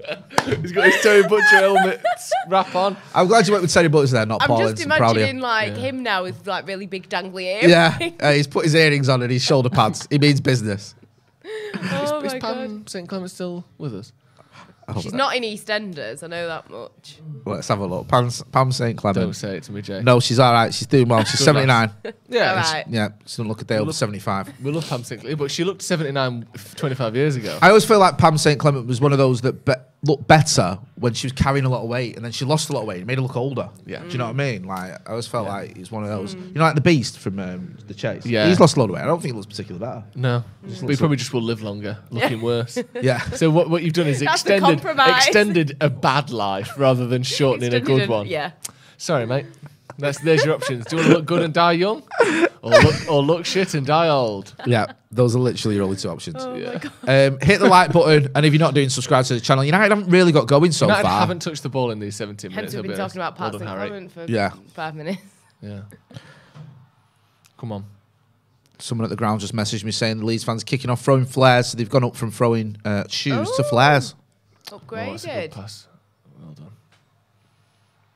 And like, you know, if you are going to throw your shoe, like I assume you go into the game in like a crap pair of shoes that you're not bothered about anymore. Or take a big bag of shoes in. Yeah. Take some old shoes that you don't need anymore. Yeah, exactly. Or go to like one of those boxes, you know, they often have them in like the car park of a big Oh, Sainsbury's. the donation. Just you know, use an angle grinder, cut one of them open and nick a few of them. Yeah. You know, don't use your own shoes, use shoes for charity. Obviously. You can imagine Leeds fans going around to the kids, right, give us your old shoes. What shoes do you not want? Yeah. Give them here. It's for a charity drive. What, who for? Don't worry about it. Just give me the shoes. I only need one. What's the best shoe to throw? Oh, got to be one of them pointy toe brogues. Do you think? But maybe. You want something with a bit of weight on, don't you? That's what I'm thinking. Yeah. What is it? Is like it a hiking boot for me would be quite good. Oh, yeah. Hold it by the heel. Is it Random Task in Full Monty? Not Full Monty, in Austin Powers who throws the shoe? Oh. Is it Random Task? Is that his name? Oh, he was almost in there. there. Jesse. What the fuck is Ronaldo? Ronaldo jumped about 3 minutes too early then. Yeah. Yeah, so maybe something like that. Or maybe, I tell you what would be good, a Birkenstock. Because it's relatively low profile, but it's got weight. Get involved in the chat. Let us know what you think would be the best shoe to throw at a Leeds fan. Yeah. Or anyone. Do you remember do it depends what kind of damage you're wanting to do. Do you use a running spike? I mean, are you going that? Yeah, cleats. Yes. I have a bit of that. Yeah. I often use an axe as a shoe. Do you remember when Diane Abbott got a load of stick for wearing the I can't defend her there, Jay. No. I like Diane Abbott. Shoes. She wore 2 left shoes, but maybe that was because she'd thrown all the right shoes at United fans at Ellen Road. Maybe, yeah. So it wasn't her fault. That was all she had left. Oh, my God. Yeah, that's... I get Diane Abbott gets a lot of unfair stick. This is a great ball. Oh, too high for Ronaldo. That she gets a lot of unfair stick. Yeah, wearing I'm with you. left shoes is completely bonkers. Yeah, like I agree with you. That was drinking the mojito on the tube. Talk about unfair stick. She does. Here we go. Leeds here. They're on a I was going to say 2-on-1, but it's not anymore. No, and he's well offside there, Dan James. He's on the back post. That's weak. High energy game. We need to get Jadon Sancho's on the ball now into this game. Yeah, we do. He's barely touched the ball. I was really impressed at the Brighton game watching him. Oh, he seems like he's coming into his own, doesn't he? He seems like the player we saw. It was a very encouraging performance. Yeah, much better from him recently. We just need these players to stop sort of dovetailing, because you'll have one who's on fire and the other one who's gone off the boil. We can never get it all on one. Do you know level what I mean? playing, yeah. It's like he was in the box anyway. Yeah, it's I know I couldn't get to that, but earlier this season, Sancho wasn't playing well. Pogba was. Then you had Marcus started getting back into it. Sancho wasn't. Then you had Bruno. Ronaldo started well. Yeah, Bruno had a bit of a dip, and now it's like, you know, we've not had I can't remember a period of time where we've had like 3 or 4 of our attackers playing well at the same time. Yeah. And you need that. You look at the Scousers, it pains me to say it, but they have all 3 of their lot doing it, don't they? And if one of them does drop off, then the other 2 are stepping up. The other one just spawns in his place. Yeah. All 5'6" and great at heading for some reason. How do they keep doing that? Great tackle, Victor Lindelof. Well done, lad. Does my head in that. Liverpool just keep having really short strikers that score 7 Jota. headers a season. Yeah. Jota, like Mane's just really good in the air as well, isn't he? You know what we were talking about on TalkSport Edge, actually? Go on. A little plug there. No. Right, go on, but we were talking about the best front threes ever. Right. And why it's Tevez, Rooney and Ronaldo. Yeah, exactly. That's what I was going for. Yeah. But no, we were talking about different ones, and it was insane because obviously MSN, Messi, Suarez, Neymar at Barcelona. In 3 seasons, they scored over 360 goals. Good save. Yeah. Over 360 goals in 3 seasons. I think that might be the best one ever, to be honest. What was it? Suarez, Messi, Neymar. Yeah. As much as it pains me to say, But there was quite a few reasons. good ones we were talking about. In the whole of, like, you know, football, then you probably got to shout there. I mean, in the Premier League, for me, it'll always be Rooney, Ronaldo and Tevez, just because of what they But in some ways, though, they weren't like a 3 in the same way, were they? No. They weren't like right wing, left wing striker. Yeah. It was kind of like 2 strikers, Ronaldo on the left. I don't know. It wasn't like a 3 in my head. And I'm not just saying this because he's the one, like, well, we still love Ronaldo, he's still there, but I always think that, like, Rooney made that work more than anyone. Definitely. Because he was willing to do all the donkey work that the other 2 were having none of. that's what I was thinking. And that's why I always think Rooney suffers when people start comparing his stats. Yeah. Because you didn't see Ronaldo dropping deep to try and set up people and all that sort of stuff, as often anyway as Rooney did. Rooney at times was like a midfielder. Yeah. So even before he was playing. Yeah, midfield. exactly. And exactly. Yeah, in terms of like Salah, Firmino, Mane is more of a 3 than Rooney, Tevez. No, Ronaldo I agree with I that. don't think United have ever really had a big 3 in that sense. No. We've had partnerships, we've had attacking lines, but we've not really had like left wing, right wing striker. In '94, it was you need to put that out because he's gonna nothing wrong. He looked up then, right, Dan James, to see if there's anything happening. When he realised there wasn't, he carried on, and then now he knows there is. He's fine. Anyway, any road. Yeah, who else has been up there? Bale, Benzema, Ronaldo's pretty good. Yeah, talked about that one. One more Ronaldinho, Ronaldo, Rivaldo for Brazil when they won the World Cup. Pretty good. Which other ones? There was quite a few actually looking at it. What was the Bayern Munich one? Oh yeah, Ribery, Mandzukic and... Or was it Gomez or Robin. No. Yeah, Ribery, Robin, and either Mandzukic or Gomez. I think it was Gomez that won the Champions League. Yeah. Mario Gomez, I think, got 40 goals I think that obviously season. everybody expected that, Neymar, Mbappe, Messi I never was going rated to be Yeah. like You never rated him? amazing. But that was my first Twitter argument was about Gomez. Was it? I thought he was a bit overrated. Well, he had one season where he was incredible. Yeah. Pogba with Pogba, I love how just you've had completely. that many Twitter arguments. You recall them well. Like, 'Cause, it was around argument of 2016. It was around the I've took a step back now. I don't bother as much. But I think we should get them printed out and framed. me and some of Steve your were going through our arguments. old ones the other day because me and him went toe to toe over Ashley Young ones. Like, because this was we were mates, but not like we are now. We didn't work together as much, and still knew each other. And there was a game where Ashley Young got man of the match, and Steve laid into him and said he was rubbish. And I was like, well, he's got man of the match. He's not that bad, you know what I mean? Like, but we'd gone back and forth for the day. And Steve done what he always does, quote tweeting me, so all these little minions had started joining in. And I remember it because I think me and my missus were going to go out for a meal that night and we cancelled because I was too busy arguing on Twitter. Seriously? Ring pizza, it's not happening. That's what he said. Are you serious? Am I me? Yeah, he's on it. Yes, go on. Oh, what's that? No, I think we were debating control whether we were the going to go ball, out. man. And at the end, I was just like, I'm not going anywhere. You were fuming.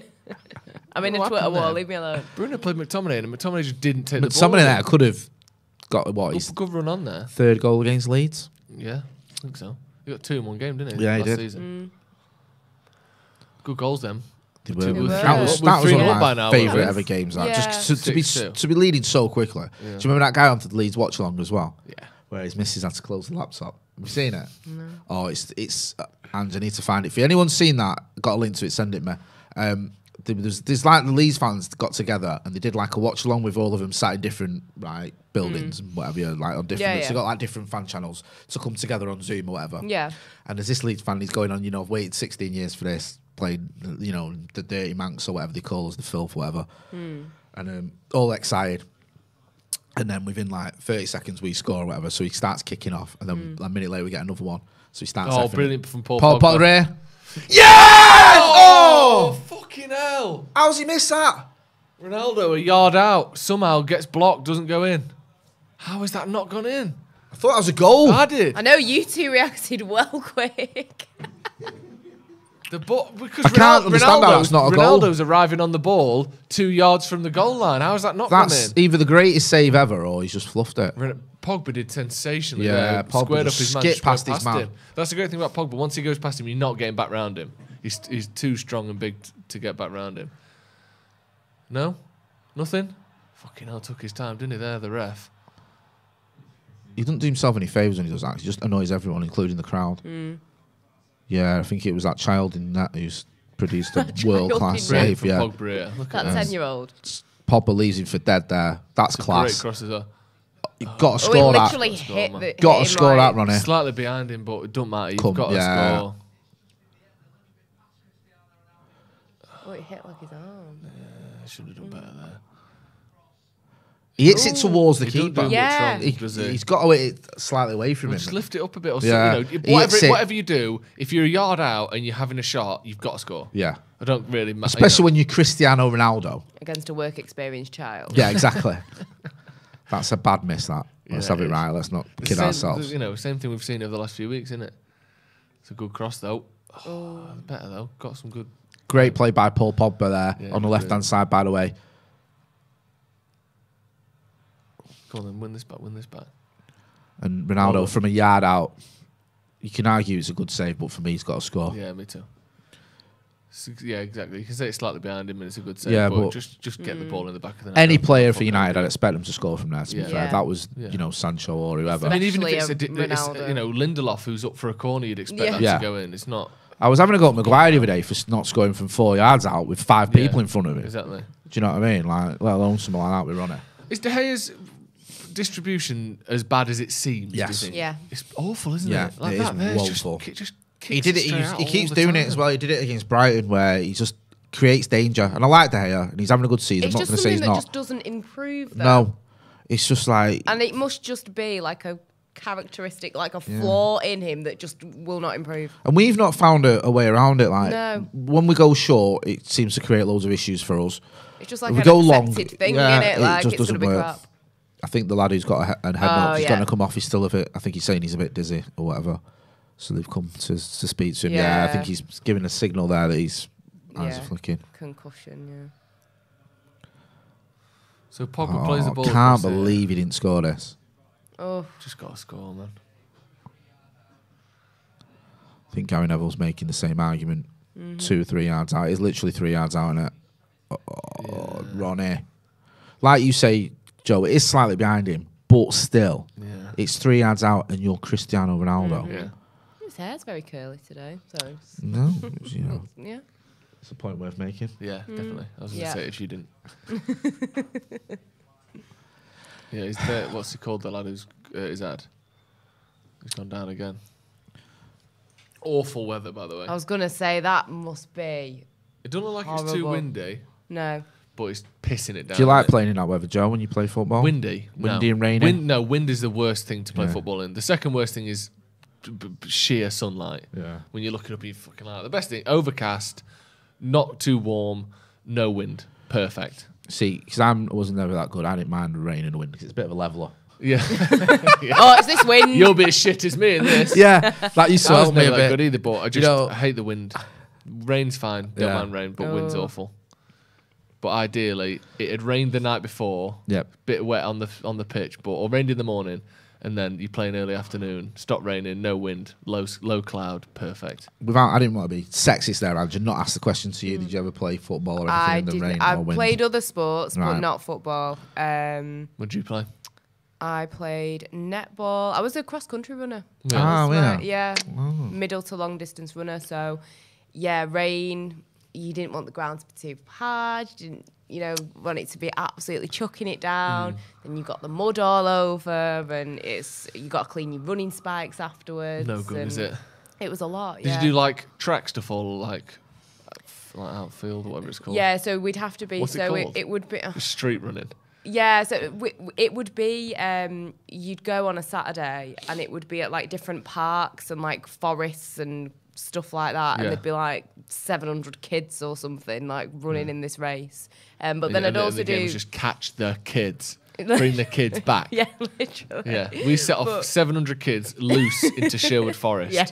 Whoever finds the most by 4 p.m. wins. Yeah. And if there's any loose, they come off your tab. I will never forget like the first one I did. I think there was like 300 kids, say. And it was my first ever race. When Are you I was, one of like, the kids? young. Yeah, Okay, I'm one yeah. of them. Okay. But I had asthma, and my mum obviously was panicking, like, oh my God, like she's alerted the St. John's ambulance, Yeah, it's yeah. that level. Yeah. And when you finish, like, you go through like a little funnel and you get like a raffle ticket. So I was probably like 40th, so I was like, all right, Oh, yeah, good pretty out good, of, yeah. But before I get to the funnel, Jackie pulls me out and makes sure I've had my inhaler and all that. So my actual ticket was like 70 something. Come on, Jackie. I know. Wait So till after that, she learnt a lesson after Let that. the race run its Finish, course. yeah. So yeah, that's what I used Get to involved in this conversation in the chat. Let us know if you were ever a footballer, played in a long distance runner or cross country runner like Ange. Yeah. Even if you can like down a pint really quick, or Yeah. you've In got the beer you've got a garden. dog that sounds Because like we it were says hello arguing on sometimes. the watch-along with Joe and Jordan, because they were saying we should do a 10K and who would win, and I was like, I'm winning hands down, and Yeah. they weren't having it, but... Go on, Sancho did well there. That ball wasn't the greatest. He knew he was going to do Sancho that. again looking lively though. Yeah, he looked good there. Most of our best play seems to be coming down this left-hand side. Both God, Sancho it is and Pogba. raining, isn't it? Yeah. Give me the old chin up there. Yeah. Bruno Chin to up. Sancho, wasn't it? Chin up, Chin lad. up, son. That's like when people go like, smile. People, Yeah. me with my resting bitch face, I get that You've a got lot. the best. I used to work with Angela. I used to opposite her, and I used to have to. Send her a message saying, "Is everything okay?" every day, like, because she look at me like I just murdered I was her literally children. just concentrating. Yeah. But Oh, brilliant from Pogba. I'd always get a message like, "Are you feeling all right?" Yeah, today?" is Free everything shot all for right? Bruno here. Ooh. Good save. Good save. Yeah.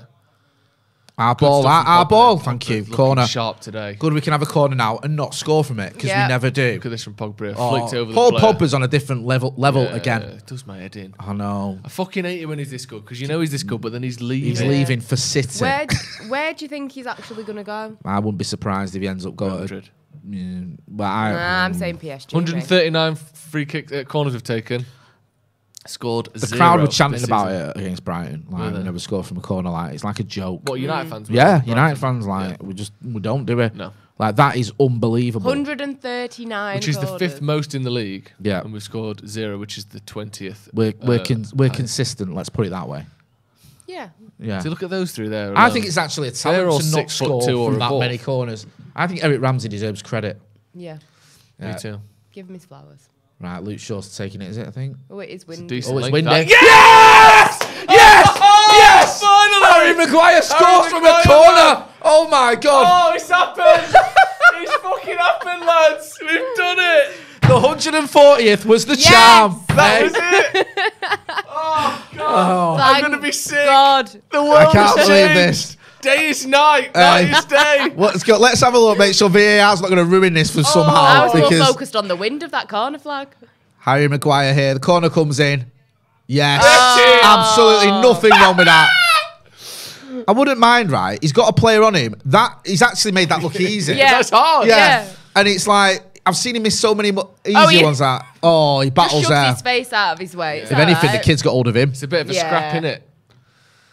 Oh, thank God. Yeah, he grabs the him kid and he grabs grabs him him back. first. Look, Slap pulling him his in. shirt there. Yeah, That could be yeah, a yeah. penalty, that, technically, if he didn't get the goal, but he did. 1-0 to Manchester United Brilliant. against Leeds.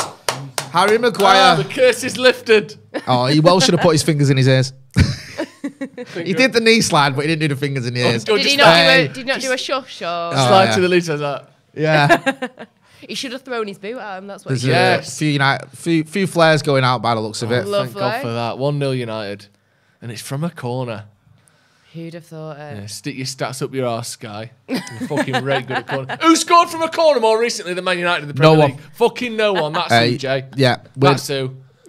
Christopher Hawkins says, big old head with a big empty skull, but Slabhead scores his goal. Good lad. Luke Shaw's looking in pain here.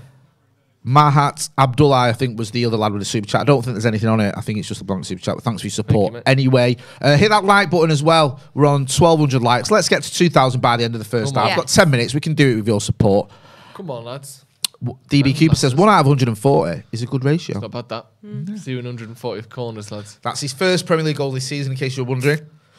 Saves it for the big games. Yeah, of course he does. It was all planned. Yeah.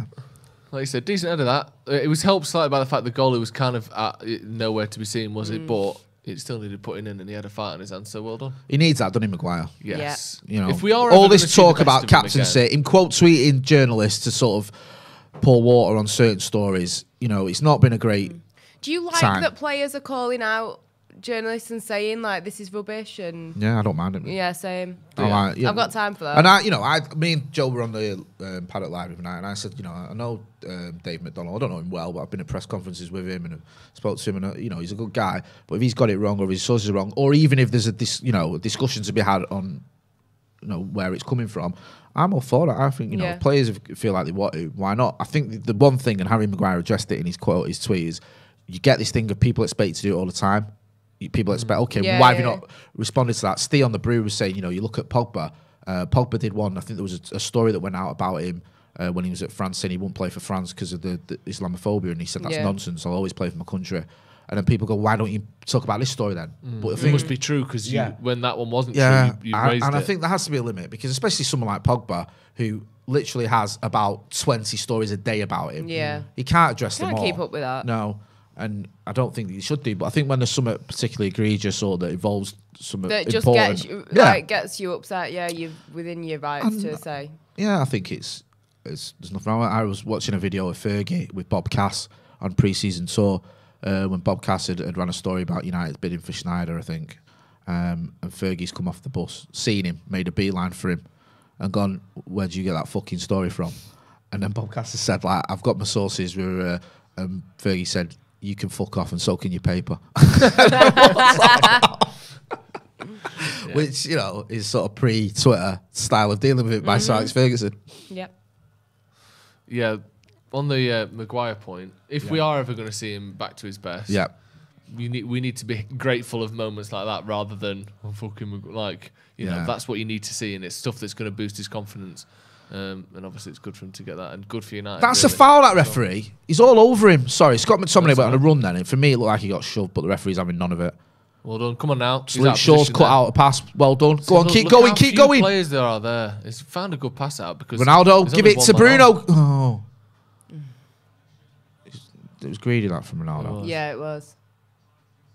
Sancho, he's got under the ball there. He's unlucky because he got away from his man to get his shot off, but skied it. Obviously, conditions as well, in case you don't know, in case you're not watching it, they are terrible, and if you are watching it. Yeah. I do keep feeling in recent weeks that we just don't get enough men in the box. I know that eventually there's a few more there because, you know, the game slows down and we can get people in, but we're not good at getting 2, 3, 4 people in the box on a counter-attack. You watch, you know, we've been talking here about sort of glory days of United, you know, the best front three and the 94 team, whatever. Look at how many players, full-backs, players like that, were getting in and around the box. Do you know what I mean? Let alone your strikers. You're right, Joe, because, you know, you had players that were dropping numbers like steady, like 6, 7 goals a season from all positions because they're always getting, not just set pieces, getting involved, getting forward. And I know United aren't the United of old, so we're not attacking as much as we did under Fergie, but we're still getting forward a lot. And when you look at it and you go, okay, we aren't sort of getting the men in the areas that we need to. It is frustrating, especially when you look at the Middlesbrough game, I think the Southampton game, and I'm missing one of them, the Burnley game. You know, okay, we scored, but a second goal wins us those games. Yeah, of course. You know, and that's what it takes, and that's what we're not doing. Ask Me to Sing, who's been a member of the Academy for 15 months, says Pants Off by Eric Ramsey on the United bench. He's loving that. Do you think he can? Do you think he can go? See. Told you I knew what I was doing. Not so bad after all. And then they'll go. We just needed one to get the ball rolling, and then Ralph goes, Eric, it's February. Maybe he's like me though. Maybe he's got confused with like dates and years and stuff. What was the most recent? Jesse Lingard starting in the Premier League, or us scoring a goal from a corner? Right, Luke Shaw has got away with that one, I think. To be honest with you, it wasn't quite slightly on his heels. Yeah, it was. To be fair, it wasn't a great ball from Luke Shaw, and it wasn't a great reaction from David De Gea, but we dealt with it sort of. Yeah, we got away with it. Well done, Victor. A lot of was that McTominay? Yeah, that was sloppy. That just a bit of a soft pass, wasn't it? It did nothing on it. Yeah, so good pressure from Bruno there, just making the shot difficult. Yeah. Plays the ball in. Good little touchdown actually from the Leeds player there, but Bruno just sort of shouldered him when he was hitting it, didn't he? Yeah, did well there. Did enough.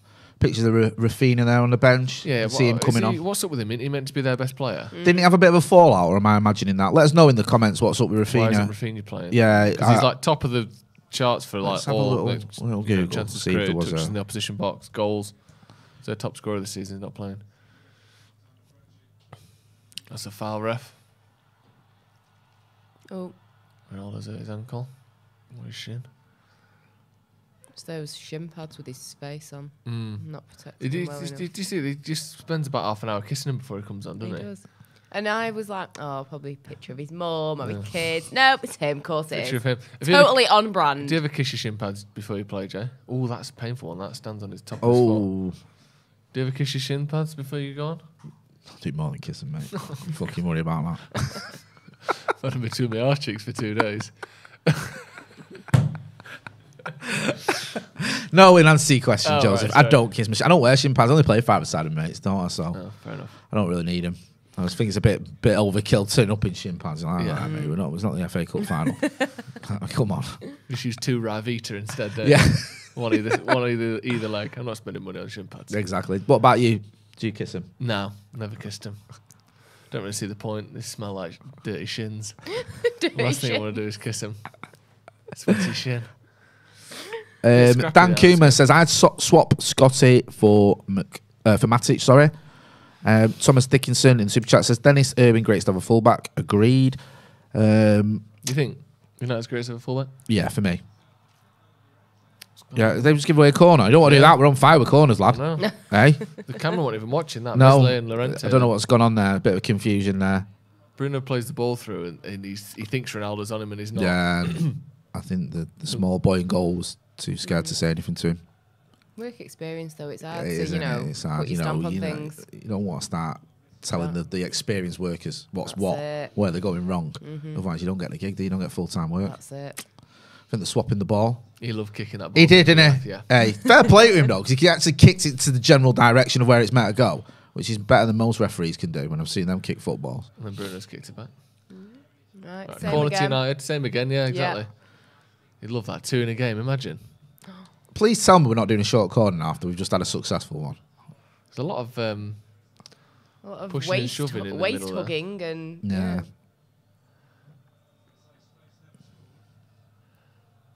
Victor Lindelof's going playing a little game of tick. Right, corner to United. Right, just whip it in. It's another deep corner. There's a few people. 2 people Paul, up on the Paul Maguire and Pogba's Pogba moaning both that on he the got floor. fouled there.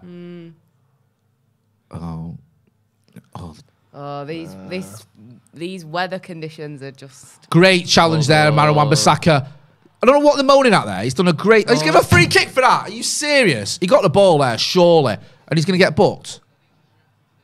It looked like he got the ball there, didn't it?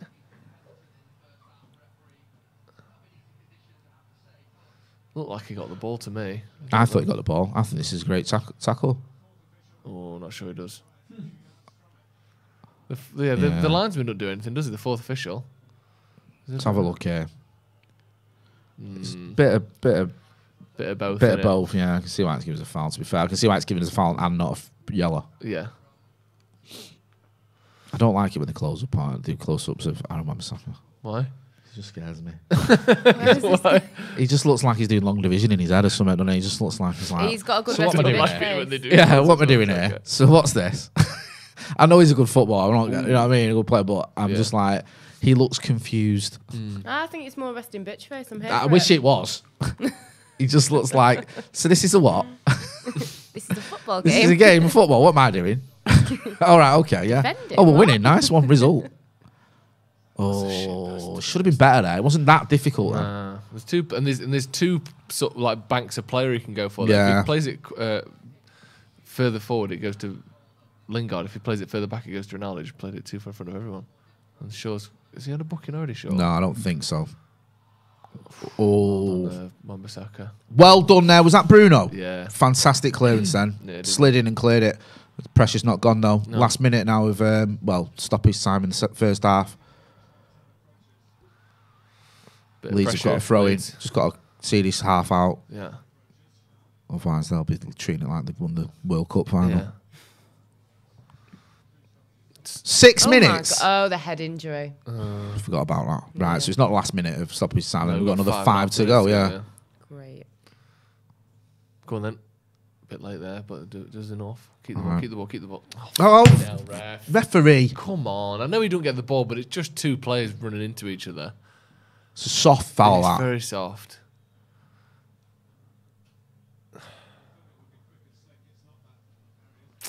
It's annoying. Stuff like that. Just It is annoying, You can just you're let the right. ball. You can let the game play there. No need to pull that back. You wonder, don't you, how much the crowd plays in a referee's mind in a game like that? Yeah, Because definitely. they're screaming at every challenge. Everyone stood up in the crowd. Yeah, aren't they're going they? berserk. Yeah. And it's like, it's so easy as a ref to just be weaker and just Yeah. go, right, okay, it's free kick. Yeah, okay, that's a foul, whatever. Yeah. He's just got to be strong here, Paul Turner. So United on this free kick. Yeah. Well done, Ronaldo. Right, go on. Ain't got a pass on that. Oh, there wasn't, like you said, there wasn't anything on for him there, and they've gone back to the keeper, which we can Could be cope worse. with. Yeah. Yeah, their free kicks ended up back at their goalkeeper. It's like United free kick, like, isn't it? On a like United corner. Ended up with them having a shot on our goal.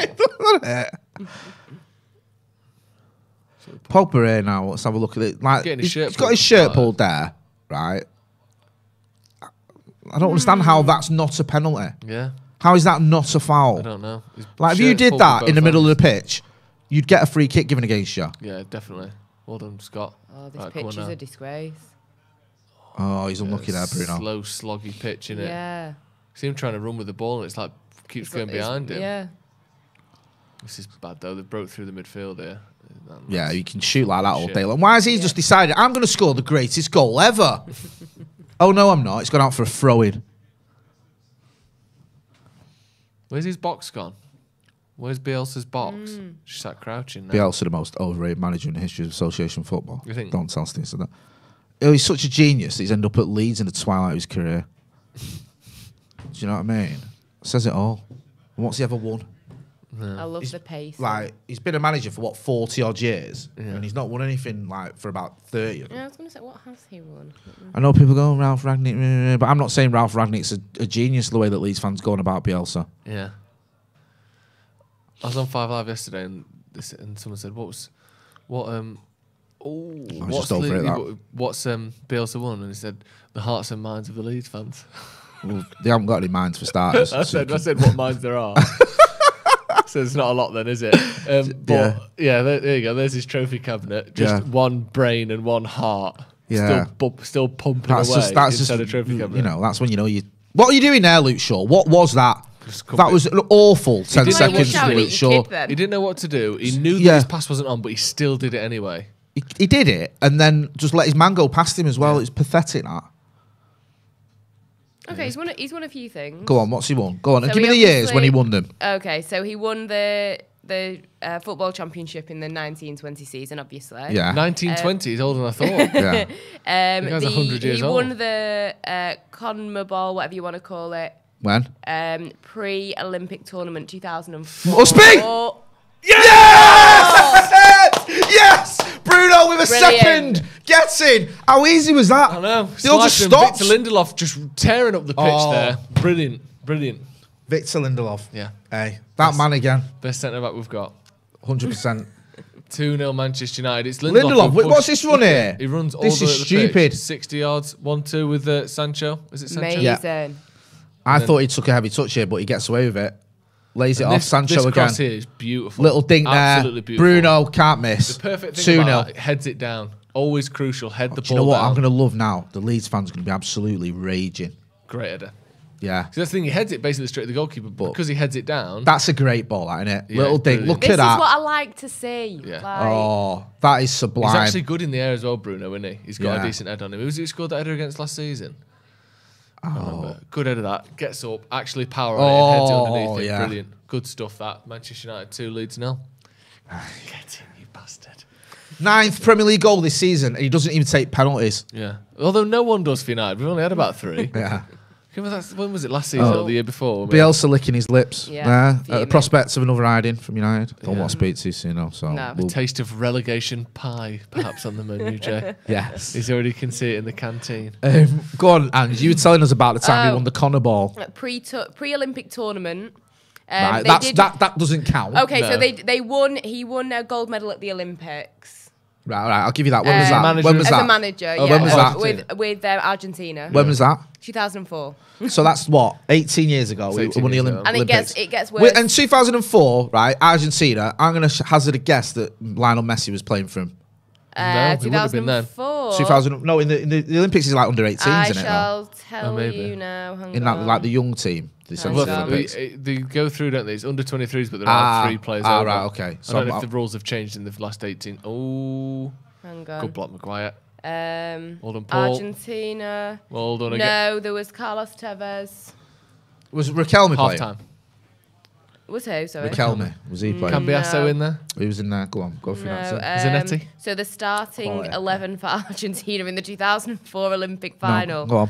Um, It's half time, by the way, but yeah. this is more important. Go on. Luke's. I'll probably say some of these names wrong. Colaccini. Is there anyone you recognise? Ayala, Was that Colaccini who played for Newcastle? Hines was there. Oh, Heinz, quality. Gonzalez, Mascherano. D'Alessandro, Rosales, Tevez, Delgado. Well, basically, you couldn't lose with that team, could you? Yeah. Hey, You've heard 2 of them. yeah, do you Yeah. know what I And it mean? might be the You Colaccini tell who me played for you're not Newcastle, winning we're with not Tevez, sure. Heinz, and Mascherano in And your then team. Get a basically, grip. the other Premier divisions that he won in Argentina were in 1991, Yeah. 1992, and 1998. So, Right. yeah. So for it's been a minute. Yeah, he's won 1 trophy like top tier trophy, if you can call the Olympics that, but we will do, even though it's not really. No. In 20 years. Yeah. He's won the championship, which, okay, but lots and lots of managers who aren't all that have won the championship. Yeah. And you know what I mean? Like, well, you wouldn't go, oh, he's a genius because he won the championship. Like, Norwich have won the championship comfortably. And you won't go, oh, the Norwich manager, he got sacked, didn't he? He's a genius, whatever. So, Paul Lambert. yeah, it's like, for me, Bielsa's a decent manager. I think he's a manager's manager in the sense that Guardiola and all them love him. But I'm not buying into this whole thing that he's, this sort of revolutionary genius that is, has changed everything. I mean, look at the clubs he's managed at. He managed, obviously, people always go about the Bilbao, wasn't it, the team that he brought to Old Trafford where they played us off the park. And they did. I'm not disputing that. It was one of the best performances I've ever seen at Old Trafford by an opposing team. Did they win the title that season? No. Or the Europa that season? No. They fell off a cliff, didn't they? Which used to be a common trait of Bielsa's teams. They'd run out of steam quite late. So he's a good manager. Just he's the best ever. I'm not into it. Anyway, 2-0 to United, half time. Yeah. Joe, what do you make of that first half? Good. It was a bit scrappier than I thought it'd be. Although I should have expected it really, with the fans being back in, and after the 0-0 we saw there last season, couple of bits of quality is what did it for us. The good delivery, well done by Maguire in the air as well, cutting, sort of fighting his man off and nodding the ball in, and then that run from Lindelof and the cross from Sancho, brilliant for the second goal. We've limited their chances, really. I can't think of any big chances they've had. They've looked dangerous. They've got the ball into the box, but they've never turned it into shots on target or any sort of real chances that De Gea's not had to do much, really. It's a decent half from United in an albeit sort of scrappy game that it's not going to be one of those where you just keep possession the whole game, but considering who we're playing and where we're playing them, it's been pretty good. And how we've been performing. Exactly, that's been pretty good, I think, from United. Bipash Bupendra, forgive me if I've butchered that one, bro, says, Angelina, miss you at One Football. Oh, thank you. That's very nice, yeah. Do you miss Bipash? Yeah, of course. I miss all the One Football viewers, even the ones that used to torment me and try and terrorise me. No, that was actually your boss at One Football, who forgot their name already. Ange, what have you made of that half? A lot better than I was expecting. Obviously, like you say, there's a lot going on with this game, with it, being who it's against, the conditions, all that type of stuff. But yeah, I've been really happy with it. I think Maguire needed that goal. Yep. We needed a goal from a corner, so we've ticked 2 things off the list. And yeah, I think we've been looking good. It's been quite an enjoyable watch compared to some of the other games that we've watched. We scored from a corner. I just remembered. And we scored twice. We scored twice. We scored one from a corner, Jay. Yeah. What did you make of that? Who took the corner, by the way? Was it Bruno? Was it Shaw? I thought it was Shaw. Was it? I might be wrong. Get involved in the comments. Get him a statue outside Old Trafford. Yes, immediately. Give that man a statue. Great to see it for him. He needed it. Bruno has been, he's been back to his best recently. I know we started getting goals and assists from him after a little lean spell. Yeah. And that's what we're talking about, players arriving in the box. The run into the box there is so well timed, and the header is an excellent header as well, because obviously I know he's only 6 yards out or so when he heads that ball, but it's the header's basically straight at the goalkeeper, but because he heads it down and because he puts power on it, it makes it so much more difficult to save. Remember back to the game, when was it, last week, where Ronaldo had those 2 headers. One at the back post that he heads wide, fair enough, he should have scored, but he didn't. Yeah. But the other one, he heads it, but he heads it straight forward. Yeah. And the goalkeeper puts his hand out and saves it. If you head that down, it makes it so much more difficult to save. The goalies can't react in time. I know Ronaldo knows that. If I'm saying it, he knows it. But it was just good header from Bruno. Head it down that way. Really, unless it hits the 2 legs of the goalkeeper, it's going in. And obviously we saw that, and good to get the goal in the back of the net. I just want to ask you about Ronaldo. You obviously missed that sitter. Yeah. I don't think there's any way of describing it other than that. 3 yards out. Paul Pogba more or less puts it on a plate for him, slightly behind him, but still he gets a good contact on it. It's not that difficult, especially not for him. Other than that, what have you made of his performance, or including that? To be honest with you, you don't have to ignore that. He's been all right. Yeah, I think he's been a bit better last couple of games. Was it the Burnley game the other day? Yeah. Where I thought he actually was involved quite a lot. He should have had a couple more assists. He should have got, the Brighton, sorry. Yeah. He got the goal, and he should have actually probably had another one. Could have got 2 assists as well. Bruno missing chances left, right, and centre that he's laying up for him. He's actually involved a little bit more. Again today, he's linking the play a bit better. Not really done a lot. Should have scored that chance. Really, let's be honest. I know the goalie made a good save, but you're 2 yards out. Just put it in the back of the net. Don't matter how it happens. Even if you have to sort of kick it and then fall onto the goalkeeper and bundle, just whatever you have to do, get it in the back of the net. Luckily, it probably won't matter because 2-0 now. You'd expect United to go on and win the game. But again, it'd be nice to see him turn those good chances that he's coming up with finally into more goals. I agree. Ross Murphy says in a super chat, says the joy seeing Jay celebrating scoring against Leeds. Still hate Leeds, me, bro. Seriously, it might have been a long time without playing him, but that hatred burns deep. Nothing better than seeing us hopefully beating him comfortably again. We've had some great results against him in the last couple of years, especially Old Trafford, so we need one at Ellen Road as well. Brilliant run from Lindelof, that wasn't it? Lindelof, me and you've been speaking quite a lot about Lindelof lately, haven't Joe? Sort of like the unsung hero, if you can call him that, of the defence. Not the problem this season, which in a season full of problems is a compliment in itself. Again, today he's looked pretty solid, I think. Yeah, and that. I mean, it's good. And this is the thing. I think I understand why it has to happen, and I understand that social media is driven by that. No, you're wrong, and here's why type mentality. That it's just whataboutism gone mad, isn't it? If you say, Lindelof's a good player, well, what about this? Yeah. Well, what about him? Well, why aren't you mentioning Paul Pogba? Like, just shut up. Like, what? The thing I don't understand. I find it very Scouse. Like, there's a Scouse thing. If you say that was a good goal by Bruno, a Scouse will reply, Mane's was better. Yeah. Like. Yeah, Mane's over kick was better. Yeah, like there's the constant need to one-upmanship. Yeah, Lindelof is a good defender. I think he's improving probably slowly. Maybe he's getting a little bit better, but I think we kind of know what you're going to get with Victor Lindelof, which is more than you can say for Harry Maguire this season. Yeah, I think Harry Maguire on his day is an excellent defender. We're not seeing that as much at the moment, although he's been good so far. And Varane is an excellent defender. It's almost as though everyone has to make each other fight against each other, like it's fucking like Pokemon. Like, all right, so what? Wait, Lindelof and Maguire. Okay, let's make them fight each other, and whoever's better, whoever lives, gets to play for Manchester United forever, and never get. You want multiple good options in each position. Oh, you think Rashford's good? Well, Martial's better. Fucking fight each other. You're like, no, they don't have to fight and kill each other. You're allowed. In fact, you want multiple good players in each position. That's not a problem. That's exactly what you need at a football club. So the fact that Lindelof's good doesn't mean Maguire should die at the hands of Victor Lindelof. Let them both be good. Fucking hell. Oh my God. Sorry. That was brilliant. A lot to unpack. That was, You know what I mean? Well it's said. like if one Who person's would win good, those fights, though? That's the question. That is a good question. Brilliant Idiot 8427 says the lineup of Ange, Joe, and Shiny Head. Sorry, Jay, is top tier. Ange has been a quality addition to the team. Love for the Netherlands. Ange, let me tell you something. Was doing watch-alongs long before me and Joe were on this channel. In the cave. In the cave in the full-time Devils days. Ange was doing like watch-alongs on her own against the Scousers. Yeah. So like I know she's I had to draft my brother in one day on Boxing Day. You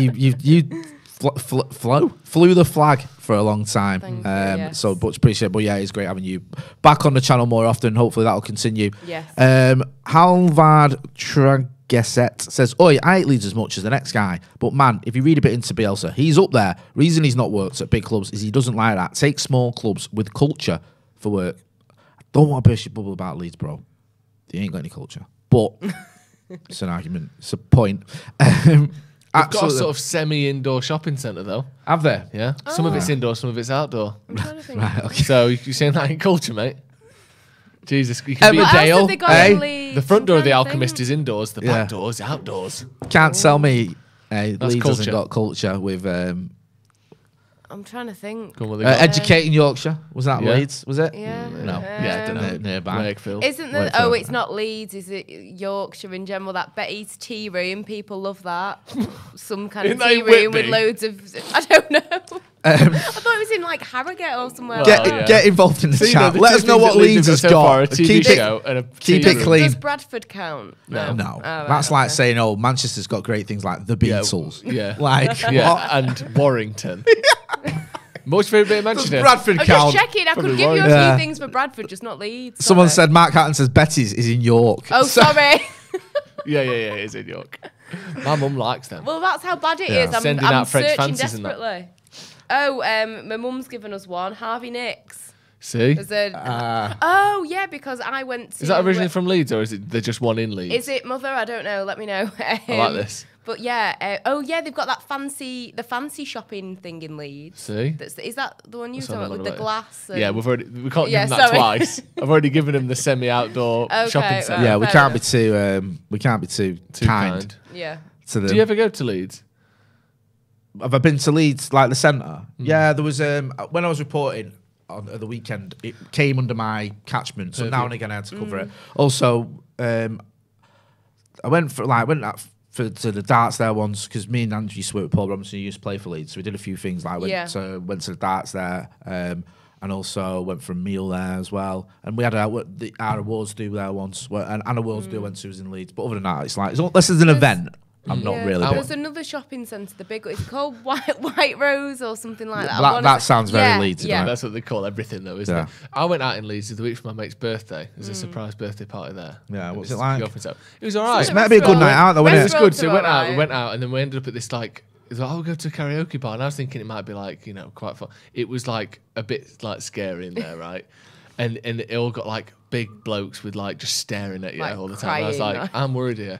And this lad came over to me and I was like, he's like, you on that United fan channel? And I was like, oh, I'm gonna this is where you're gonna die. And I went, Stretford Paddock, yeah. And he went, oh, I watch you all the time, mate. Nice one. I was like, oh my god. It's like always that moment undercover in Leeds, sipping on a little vodka lime and soda or whatever, shitting it. But actually, I didn't get beaten up. He just recognised me, so that was good.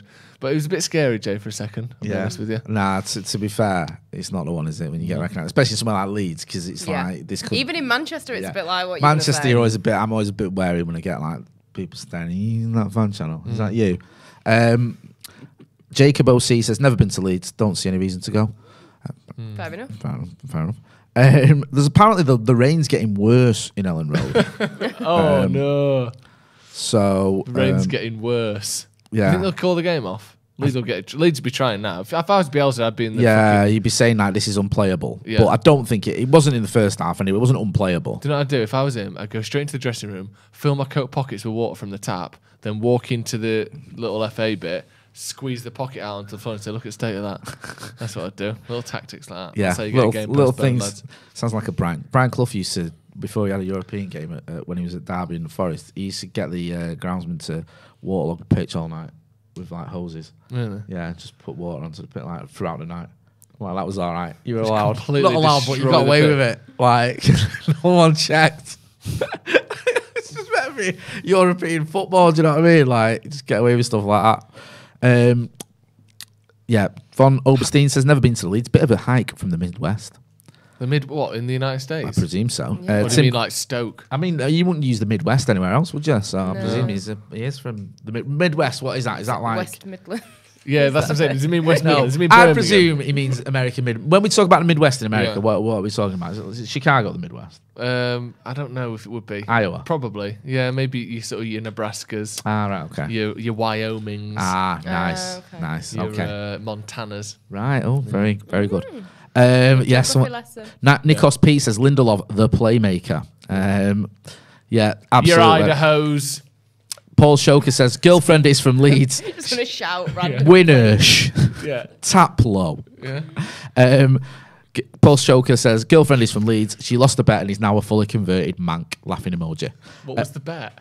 Yeah, what was the bet? Get involved. Let's know in the chat. If you lose this bet, you're from another place. Yeah, you can see the picture of the table there. United in 4th place. Is that with the win today, or is that? That's as it stands, I believe. So that's counting today if we win. Yeah, right, thank you. As it stands. Yeah, so you can see from there, United, I mean, looking good, but Arsenal, I know it doesn't show you there, but Arsenal, I think they've got 2 games in hand, is it? Or 3 games in hand on us? I know they can go above us if they win their games in hand, Arsenal. So, and also, but we've got to play them as well, so it's still in our hands, I think, if we beat them at the Emirates. Be positive. We haven't got to play them. We get to play them. We get to play them. Do you know what I mean? Josh Bissell says, drove past Leeds on the way to Hull once. That's as close as I ever got. Drove past Leeds. I was only in England. Stories of Leeds. What do you mean? I just drove past it once. Flew over Leeds on the way to Finland once. I was only in England a month. Didn't want to waste my time there. To be fair, right, and you know I don't like Leeds, but as a night out, from what I hear, it's not that bad. It's got a big student population. You can have a good night out there. When I've been, it's all right. I just, it's not bad. Not a place that I choose to go to. I've just been told by my uncle who's watching from Amsterdam. Yeah. Midwest, the States, around the Great Lakes. So that's Michigan, is that one? Yeah, Michigan. Yeah.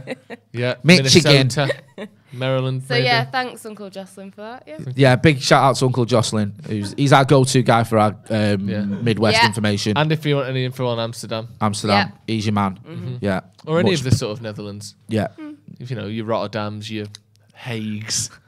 Harrison and Laurenti are coming off for Rafina and Gelhard. So second half just about to get underway. Mike Dean there doing what he does best, holding the board up. When he holds that board, I know he's thinking, I'm too good for this. I think he's genuinely holding it, going, I'm going to take an extra 2 seconds to press this because the camera's on me. Yeah, he loves it. Like a little pose as he does it. Do you know what? Like, I just get a little bit more screen time. Yeah. Because if you think about it, Mike Dean is more famous than probably half of this Leeds team. Like, Mike Dean is a more recognisable man in Britain. If you put all these Leeds players just in a normal suit or normal clothes and Mike Dean and go pick them all out, Mike Dean is one of only 4 I'd name. I think, I don't. Who would you say is the least famous United player? Maybe Wan-Bissaka? Would you say? Recognisable in the street? All right, yeah, possibly. Yeah, of the people playing. I think if you asked most football fans in the country, he'd be about as famous as Wan-Bissaka. Oh, Scott, that's so stupid. The ball is holding up so badly. Yeah, but you know that. No, of course, he's just not dealt with it. Someone talking to him or what? Is someone going to tell Scott McTominay that was beyond thick? Because splashing everywhere, but he goes on a run with a man right next to him and then loses it, and he's got no chance of getting back to help out. A little block there from Luke Shaw. Luke Shaw does well there, to be fair. Corner to Leeds. Rafinha's come on. As you mentioned before. Yeah. It's a good corner as well. Pogba heads it away. Yeah, this pitch is a bit of a bastard now. Yeah, I know it's a difficult pitch there. I know that might sound harsh on McTominay's got to be better. But to run with the ball there with a man right next to you and lose it the way he did was just sloppy, to be honest with you. It was. What's happening here? I think it's offside against Rafinha. United just got to be careful now. First 5 minutes, the crowd are going to be right on this game. Always that's come off. We saw it against Burnley, didn't we? We couldn't weather the pressure. We saw it against Southampton as well, I think it was. Bielsa's got a towel on his head there. In case you're wondering. He seems like a nice man. I don't hate the guy. I just don't think he's as amazing as some people make out. I think he's a good manager. Do you know what I mean? Like he's got the touch of the Ranieris about him. And, you know, he's been around a long time and he's respected and he's picked up some trophies on the way, but is he top level? Is he top tier? I've just had somebody else say that the least recognisable may be Delort. Yeah, probably. I'm just thinking of people actually on the pitch. One more! Yeah. I think he's offside there. Lingard didn't do a lot in the first half, did he? No. To be thinking about it there, I've just seen him lay off the ball for Sancho. It wasn't offside. Yeah, but I don't recall like looking at him or mentioning him much in the first half. So, and he's a player that you think would need a performance today, like just to. Well, yeah, we said it, didn't we? Yeah. You'd expect this is a very good audition, I guess. See, Maguire's just cleared out. Don't mind that at all. That's the sort of thing I don't mind in these conditions. Yeah, just get rid. Don't fuck about. Yeah. Like you say, those conditions, you got a player near you. Yeah. Nemanja Vidic used to do that practically every time. All the time. Yeah, and no one moaned. No. And like. See, we've won the ball back already anyway. Right, give it. He's not got anyone on here. No, he hasn't. He's had to go backwards. And then we've ended up hoofing it. This is a bit of a raffle at the minute. Yeah, it the is. ball's just popping off everywhere. Anyone could weirdly slowing down, speeding back up again. Oh, he's got the wrong side of our defenders. Oh. All right. And Wan-Bissaka, he's slowing down for. Jesus. It's like he did that in the first half. Like he was easily ahead of the Leeds player there, and he slowed down, and Sancho was shouting at him. He's so far ahead of the other player. You just think, fucking. I'll get that. Yeah. Bloody hell. And again, he ended up with a collision that luckily didn't cause anyone any injury or lose the ball, but he could have done. Yeah. Why risk that? This is getting. It is at that stage of this game where they have to, if it carries on like Central Rain, they might look at it because the ball's just not moving. Yeah. And I pray to God they don't if we're too much. I think it's all right at the minute. It's still like there. It's still bouncing. It's not sticking completely, is it? It's just one of them where certain parts of the pitch, when they're running through it, you see the water splashing up around their ankles like there. I think it's sort of go on, Harry Maguire. Battle with him. Battle with him. Pooling. Go on, Paul. Brilliant. Oh, he's so good at close control, Paul Pogba. Yeah. Honestly. He is.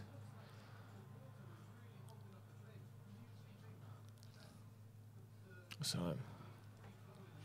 Jermaine Beckford is ex-Leeds players making a case, I think, for the game not being tenable.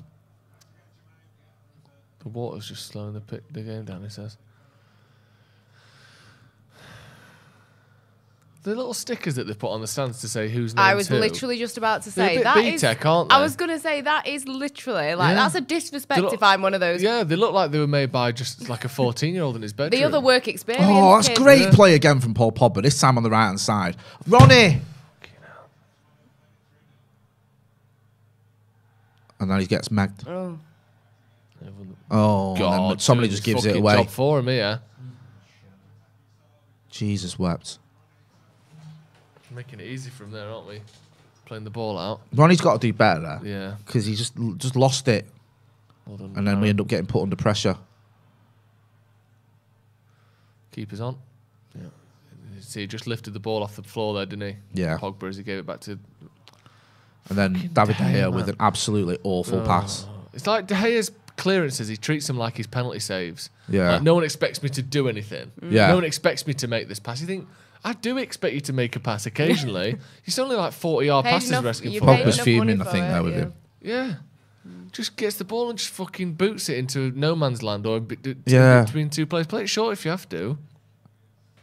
Just giving the ball away over and over again, and it's ended up with a free kick. Someone go to him. See, what a strange decision there. When the ball's sticking to the floor, Leeds have got a chance to put the ball in the box and they play it short.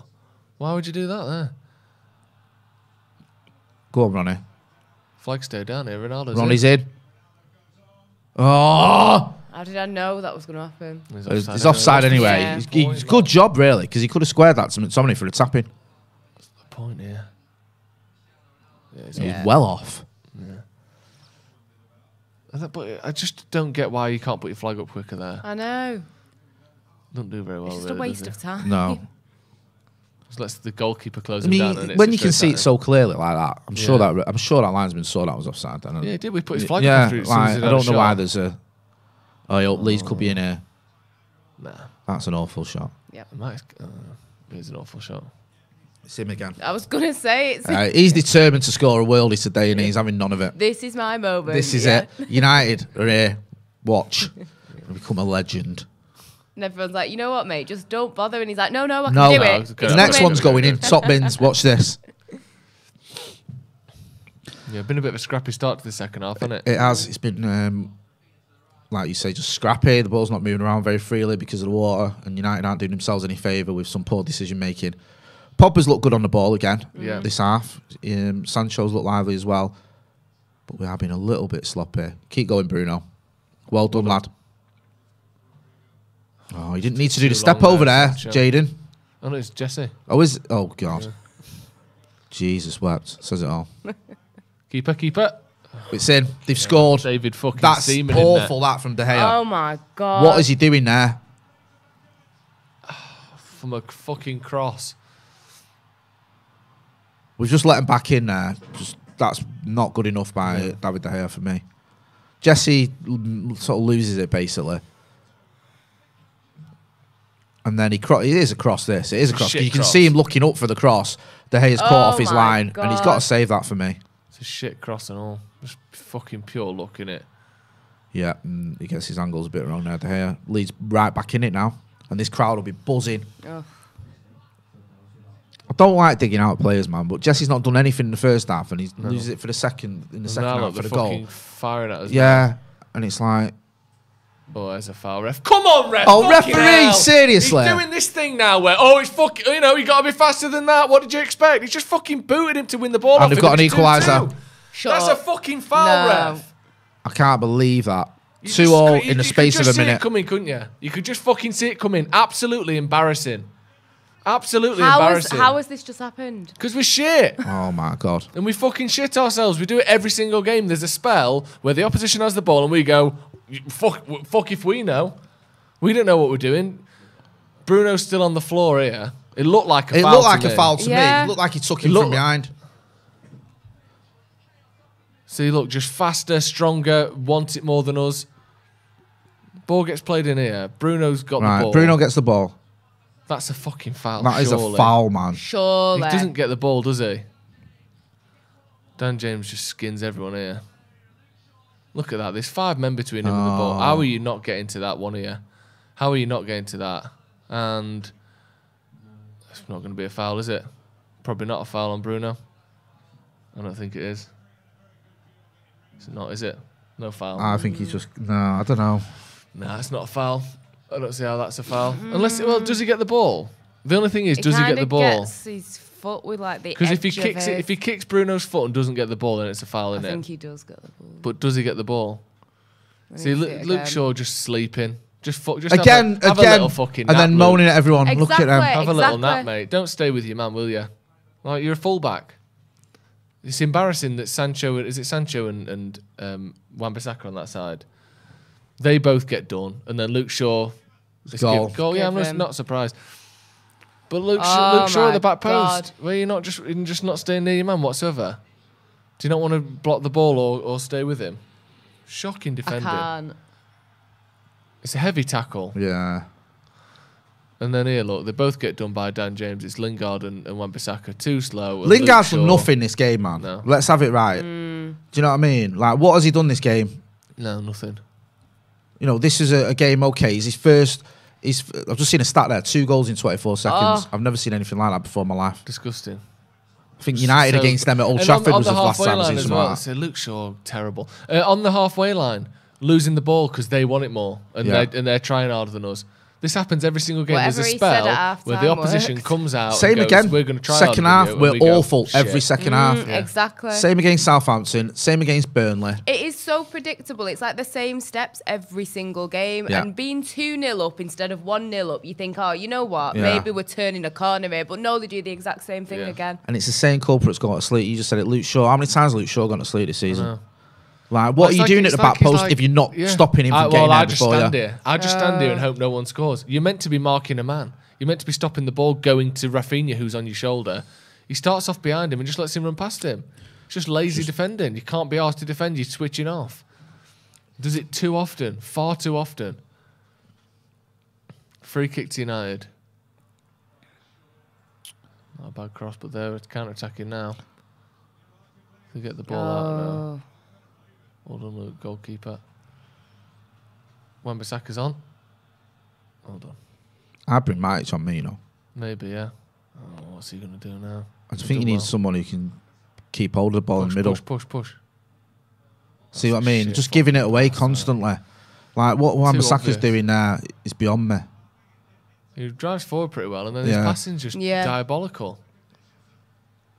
Fucking hell, 2 goals in 24 seconds, honestly. What's the point?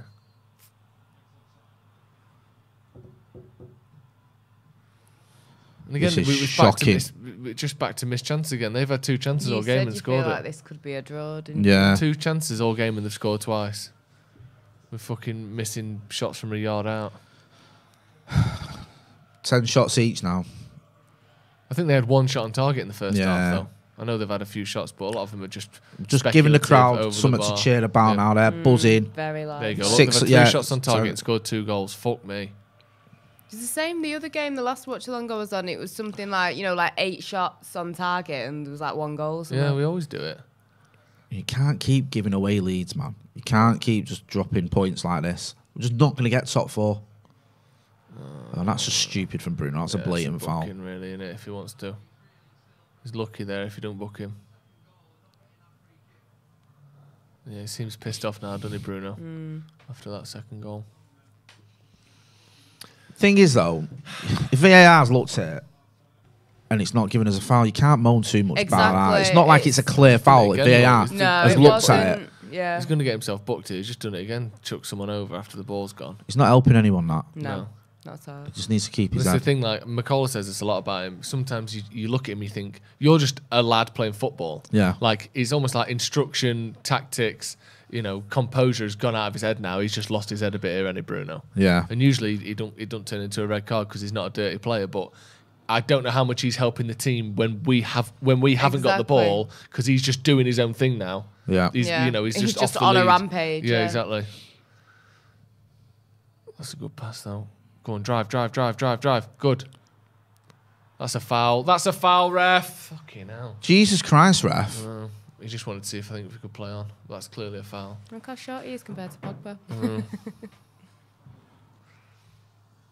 Ronaldo's got a butt. Ronaldo's got Bruno's yellow there. Was it Descent or I don't know what it was. I missed that. Must have been. Because we've just got a free kick, so it can't have been fair. Ronnie needs to get in this game because he's done nothing. Yeah. He's missed a shot from 2 yards out and he's given the ball away. Who's this here? Sancho. Come on. Poor touch from Sancho there. No, come on. Just giving everything now. That's just shoulder to shoulder, that. That's not a foul. That's harsh, that. Luke Shaw giving a foul away. Fuck's sake now.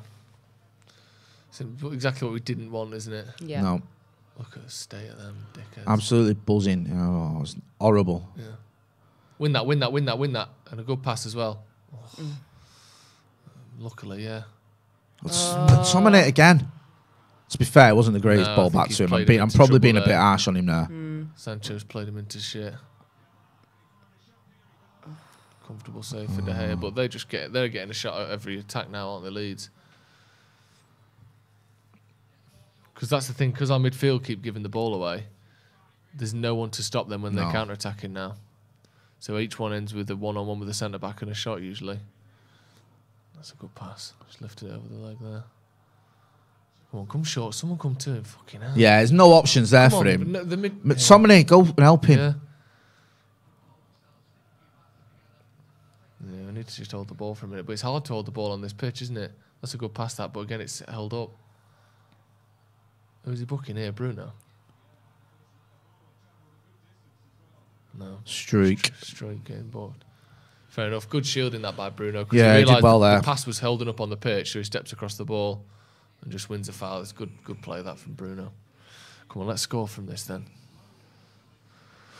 Pascal Struik been booked.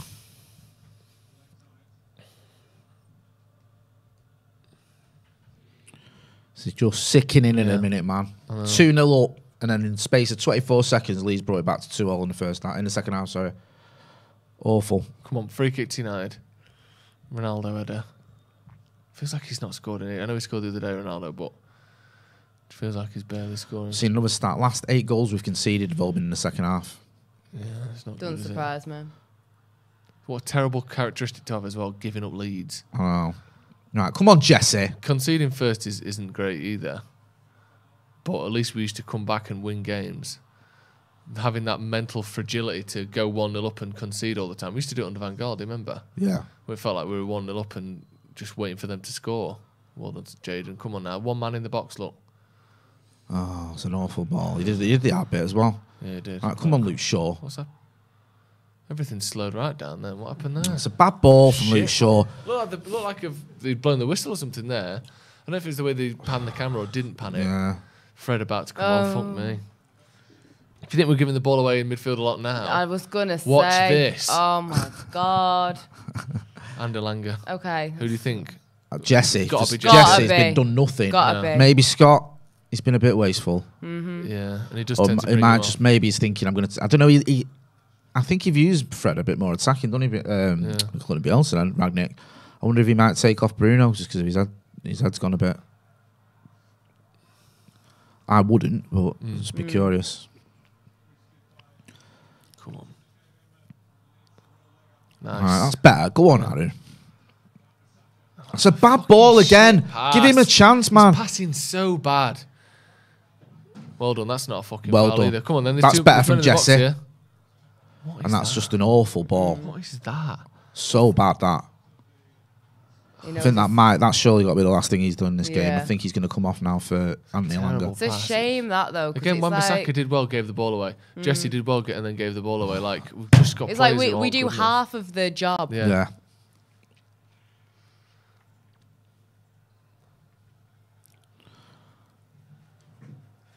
sake. I still fancy us to get a goal, to be honest. Yeah. Yeah. Hold on. Inside. He's on there, McTominay. Just didn't want to give it to him, did he? No. Come on, don't try too much. That's good. That's a bit better from United. Just hold the ball for a minute. Just keep hold of it for a bit of possession. Yeah. Well done, Victor. Come on. Ronaldo's on there. There's got to be someone on the left. Sancho goes into the box. Oh. It's on his left. Bit better, though. Bit better that from United. Lindelof again. Carried the ball there well, didn't he? Yeah, brilliant. It wasn't a right run here if it's Lindelof. Ronaldo does all right. Yeah, it's better because he doesn't try to keep hold of it. Oh, it's a corner. Corner tonight, we'll score this. Fucking love scoring from corners, we do. All we do.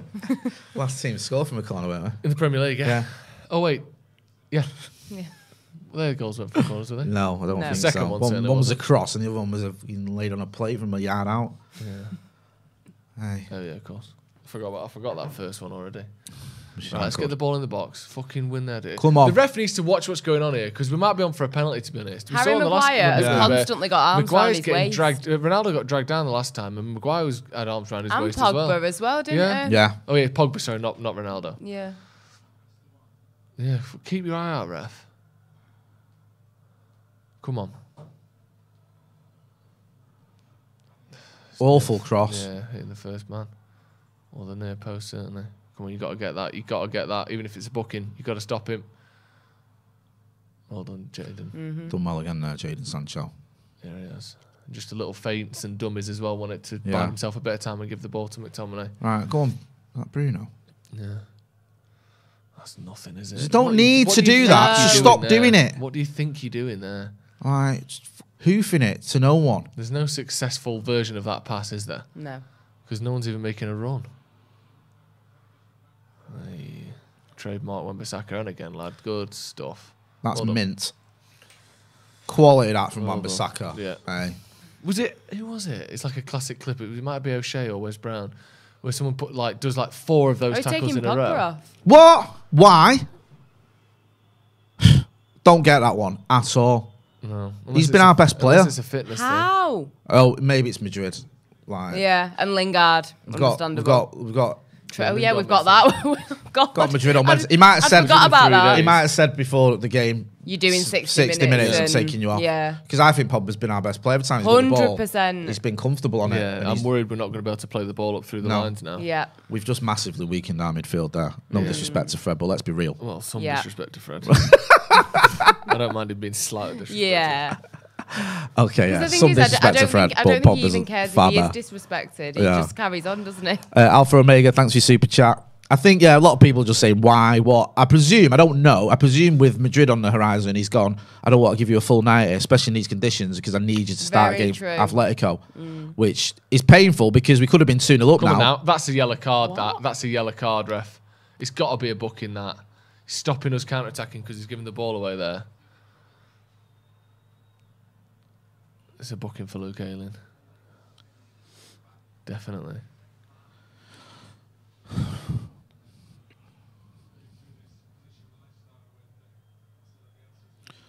Come on, man. We can't just... It's so painful, this. Amount of points we've dropped. Come on, Victor. Just don't deserve top 4 at this rate.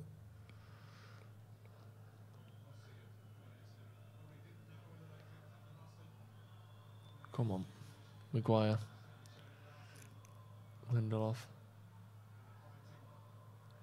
At least one thing we have done relatively well is stemmed that flow of Leeds attacks that there was. Yeah. But maybe that's partly because they're on for a draw now and that's all they want, but they haven't really made much since that second goal went in, have they? Go on, Luke. He's done. I thought he'd done well, but his ball was too short to Sancho. Thought he'd got there.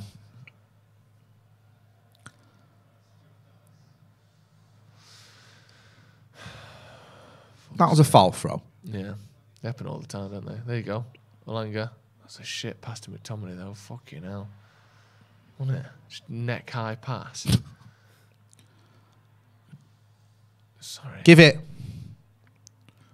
Do you know what Wan-Bissaka... I've just realised what he is. Do you know when you see a newborn horse and his legs are too long for him? Yeah. And he's sort of like stepping into his legs all the time? Wan-Bissaka's legs look like that when Look he's on how the he's ball. just casually jogging as well. It just looks like he's just been born on those legs. Great turn there. Go on, Jaden. Go on, Jaden. Yes, yes, yes. Come on, man. They're winning too many 50-50s here. Go on, Bruno. Right. Come on now. 3-on-3 here. Man in the middle, man in the middle. Fred's on, Fred's on. One more, one more. Hold on. Sancho, Fred's overlapping. Yeah! Fred Scott! I thought that was a side netting. My God. 3-2. I take everything back. Oh, no, he Sorry scored. for the disrespect. We've just upgraded our Fred. midfield Yeah. massively there. That's what you meant, Jay. What is Look that? at him. Great play there. Oh Bruno my winning the God. ball back. Bruno to Ronaldo. Ronaldo to Fred. Fred to Sancho with the 1-2, and Fred puts it in. I can't believe what I've just seen. Amazing, That is I an know. amazing goal. I thought it hit the side netting. Yeah. For a split second, Not I thought. a chance I thought that was in. Yeah. He's absolutely smashed it. Oh my. Fred does well as God. well. This is a good pass out to Jadon Sancho. And Sancho, just a little 2 assists for him today. Great finish. Meslier is nowhere near it. Goal of the month. Yes. It's a lovely goal, that. Overlapping just works, doesn't it? And he leaves two. Oh, You know what? my He shouldn't God. be beating at his near post there, the goalkeeper. You don't stop them ones though, John. No one's stopping that one. Well done, man. Hey, I tell you what, Fred, 3-2. I apologise. I Have a apologise for. celebratory ibuprofen, Ralph's Jack. I know, man, it's apologising killing. to me now. Yeah. Hey. Oh. Oh, what's happened here? Really? No. Do you know what? Ban them all for life. Absolute Oh scumbags. no, I hate that. Elanga got hit in the head with something. Of course he did. Oh my God. And he's just what? Oh, it's all right. Just throw things at teenagers. I think he's all right. He's carrying on anyway. Disgusting. Oh, Looks like a coin. coin. I was gonna say. Right, you can see who's done that. You can see them all. Absolute Ban 'em. Neanderthals.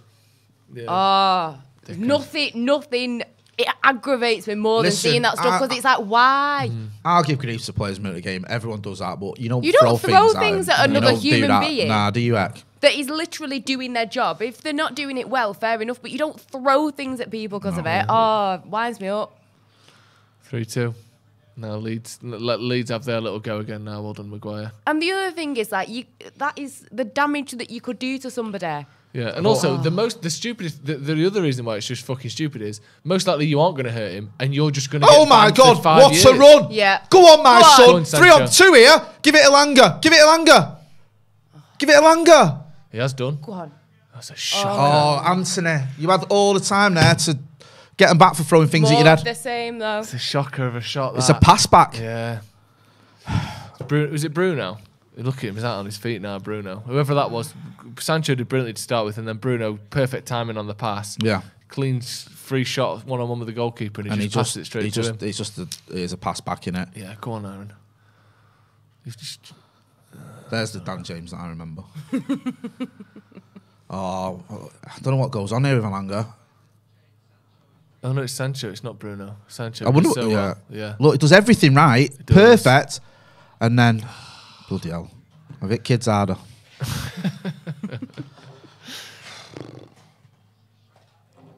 I don't know what's going on there. Maybe I don't know, just not good enough, really, was it? But to be fair, he has just had something thrown at his head. Yeah. Yeah. Oh, we don't regret that. I know. Because Jadon Sancho there went skip Yeah, past. They he's missed that been- out. yeah. Skip past 3 players on that left wing. Yeah. Absolutely he's been- sublime. That pass was on a plate as well. He couldn't have done any better than what he did. He's been good against Yeah, Sancho, I think hasn't Elanga as well. He's just come on. I know he's not. You know what? Make loads of excuses for him, but. Oh. Come on then, win that. Win that. Well done, Scott. Come on, See, well done, Aaron. Pass it. Oh, it's scrappy here, isn't it? It's the one thing McTominay can do, though, isn't it? He'll get stuck in those little scraps like that. Come on, Dan, get off him. Is it their free kick? What's happened there? It's a proper scrappy game, this, isn't it? Good game, though. If you're not a United fan. I mean, I suppose if you're a United fan, we're winning. fucking stressful, though. Getting too much for me. I'm just going to nip to Lou. Nip to the Bogatroid. Come on. He's had his ibuprofen. Now he thinks he can run off. Leeds on the ball. That's the one thing they need to not do now, innit? Let them get back to how they were before they scored. And they've got a chance here. No. Oh, fucking hell. I can't. It's that same guy again. Yeah. De Gea. It's a good pass in there. Really good. Just pulls it to one side and has a shot, doesn't he? I like how the rain kind of helped De Klitsch. Gea to kind of like slide across there. Yeah. Look at him there. Slides off the ball, off the screen with the ball in his hand. That's a good pass there from Lindelof. And Bruno just trying to let it run across him. He's been great today, Lindelof, on the whole. Yeah, he has. Bruno, I can't believe he's not been booked, you know. I know, see? He's given away 3 sort of off-the-ball fouls in the second half and he's still not had a booking. But yeah, he just tries to let the ball run across him, but you can't do that when the pitch is this That's it. wet. Back to the goalie.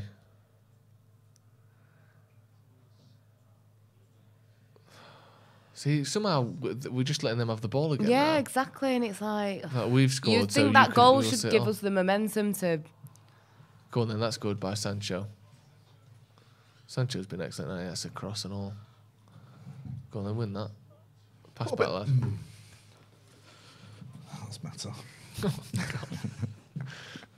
I'm only away. Yeah, and the rest, mate.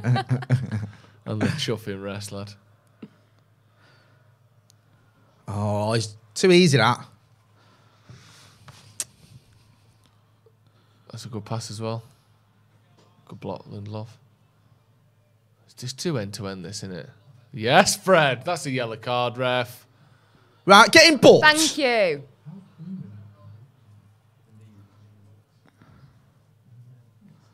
Just reverting to type Leeds. Just blatant that, though. Adam Forshaw. I went to school with that called Adam Forshaw. Not that one. No. Same name. God, how can you remember it such a long time ago?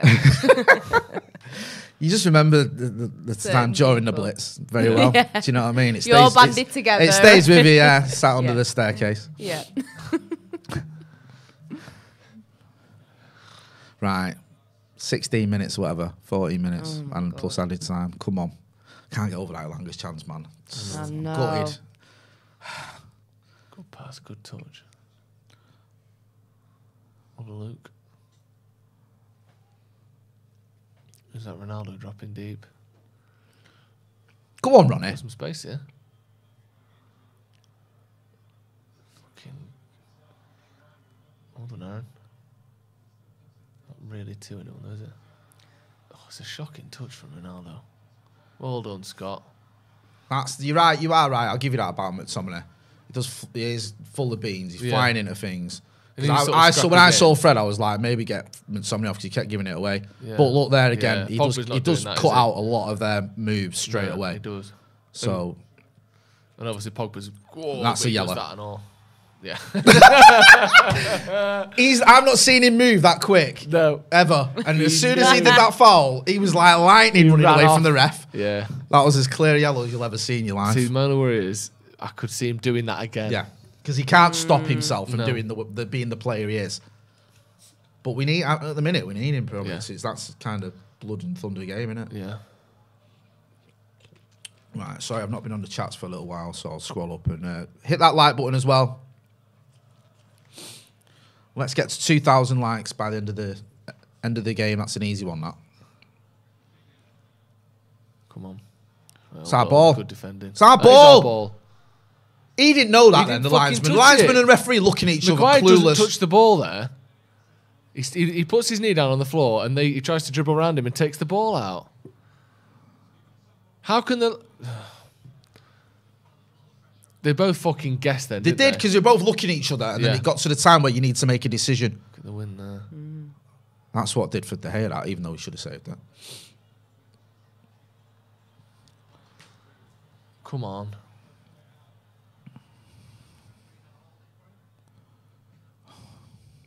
See, he's got a lot of space here, hasn't he? Hold on. It's a good pass from Dan James and good defending from Wan-Bissaka. Move out of the way, ref, you dickhead. Keep the ball. That's all right. Just don't give it away on the edge of the 18-yard box was my concern. But look, we sat back like we're playing like we're fucking Champions League final, holding on for a win here, aren't we? We did this against the other day, Brighton, wasn't it? Then we got the second one last minute. Yeah. He's been And that 10 men helped us as well, massively. Yeah, of course it did. Because we were in all sorts of trouble at one point. Not all sorts of trouble, they were getting back into it. Yeah. And there was a spell when we were just playing it around like we were 5-0 up. And I was like, we need to get a second in. And they nearly got an equaliser. Well done, Anthony. That's a shocker. Of a Stop pass from trying to do that.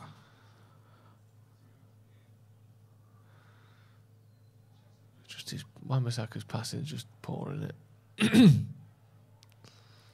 Come on, don't try too much. Oh, it's Meggy there, Fred. Johnny stepping. They love stepping in, don't they, on midfield?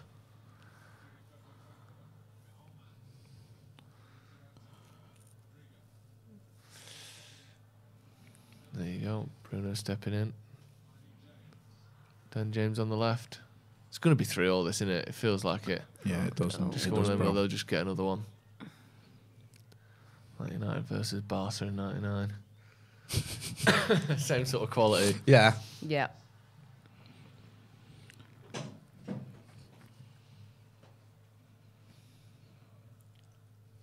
Matic was warming up there, but I don't think he's coming on. Well done, Scott. Careful, Scott.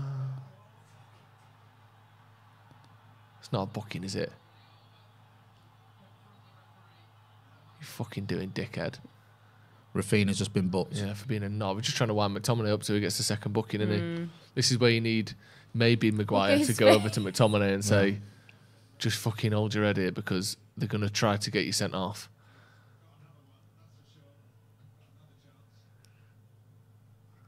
Fair enough, I understand it if you're a Leeds player. Yeah, I'd be raging. If this is one of their players now on a booking and he does this. I mean, it's not a booking, but it's late. Yeah, and he's got a yellow, so you're asking like, come on. And you're also but he said it, doesn't he? He says calm down. Yeah, you're trying to wind him up. So you run over, you try and wind him up. If he pushes you over or slaps you or anything, he's off.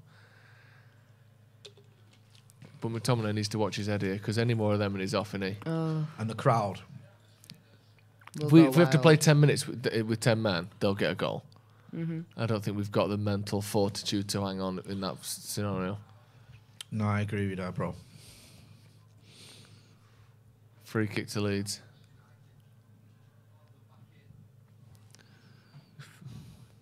He's facing away from the goal there, isn't he?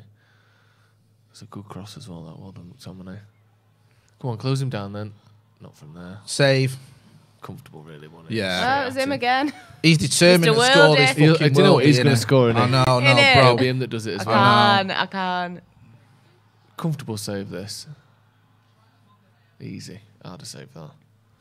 Standard, yeah. Just over his head, just a hand up in it, straight at him. Understand why I don't try and catch it, but it's not a difficult save. Good header, Lindelof. Come on, win this. Well done, Harry. Come on, Luke! Fucking hell, man. Why are you Take waiting? a bit longer, let it bounce twice in the box before you go to the ball. Luckily, he's offside behind you. I think Maguire pushes Luke Shaw out of the way here to head this. Yeah, he don't push it. That's why, you dickhead. He don't push the Leeds player. He pushes Luke Shaw. He's allowed to push his own player.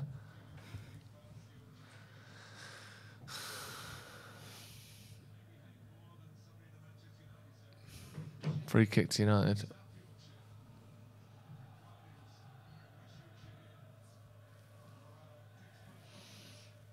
De Gea just boots it out.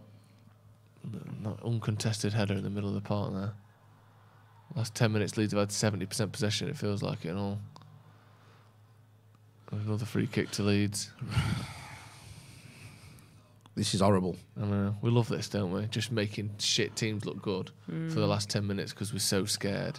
Paul Madison, sorry, bro. I can't. Again, it's up there. Let me see if I can find it. I've not missed your super chat. I will get it. It's just I can't see it on my screen. I know you've done one, but I will get to it. Paul Madison says Jay missing chats and super chats all game needs suspension after this one. Apologies, bro. I will get to it in a minute. Fred, more league goals than Messi this season. GOAT. Yeah. Loves scoring against Leeds, doesn't he, Fred? Yeah. It's poor, that, isn't it? They've had a lot of shots, Leeds, but a lot of them have been that style of shot, haven't they? Yeah, like just bags of shit from 25 yards out. Determined to get the goal of the season award. Is this Varane coming on? Yeah. Very lean, isn't he, Varane? Yeah. Quite skinny almost. Not lean skinny, but he's yeah. not particularly thick. That's a good... Oh. Ronaldo's just in anonymous mode, isn't he? Yeah, I was going to say this game is pretty much passed in my eye. I feel. Yeah. Unless I've missed, a lot of things. He's coming off now as well. Yeah, Varane on for Ronaldo. I mean, it kind of makes sense. We're up against it. Ronaldo's not doing anything. He ain't getting a goal, is he? He's barely touched the ball for the last, 40 minutes. Yeah, him and a he's not sulking, handshake we're all with good. I think he understands with Rangnick. Yeah. Again. Well, but for somebody like Ronaldo, he's probably happy to come off because he'll want to be the star of the show for Atletico Champions League. Yeah. That's his competition, isn't it? Yeah, So. exactly. He's still got that rivalry there with them, hasn't he? Exactly, that as well. Come on. And also that weather, like if they wanted to bring me off, I'd be like, you know what, no problem. Yeah. He's still pissed off, I think, but he's not as I think we've not seen a tantrum. no, he's not showing it as much. Like he shook his hand, didn't he, when he walked off? Yeah, exactly. Peter Roscoe says, "Hey Joe, did you ever go and watch Worksop? Eh? Hey Joe, did you ever go and watch Worksop? I presume it means the local team or whatever. Worksop town, yeah. Occasionally, not very often. I've been a handful of times, but it wasn't a particularly regular occurrence. One of the reasons is because half the time they weren't playing at the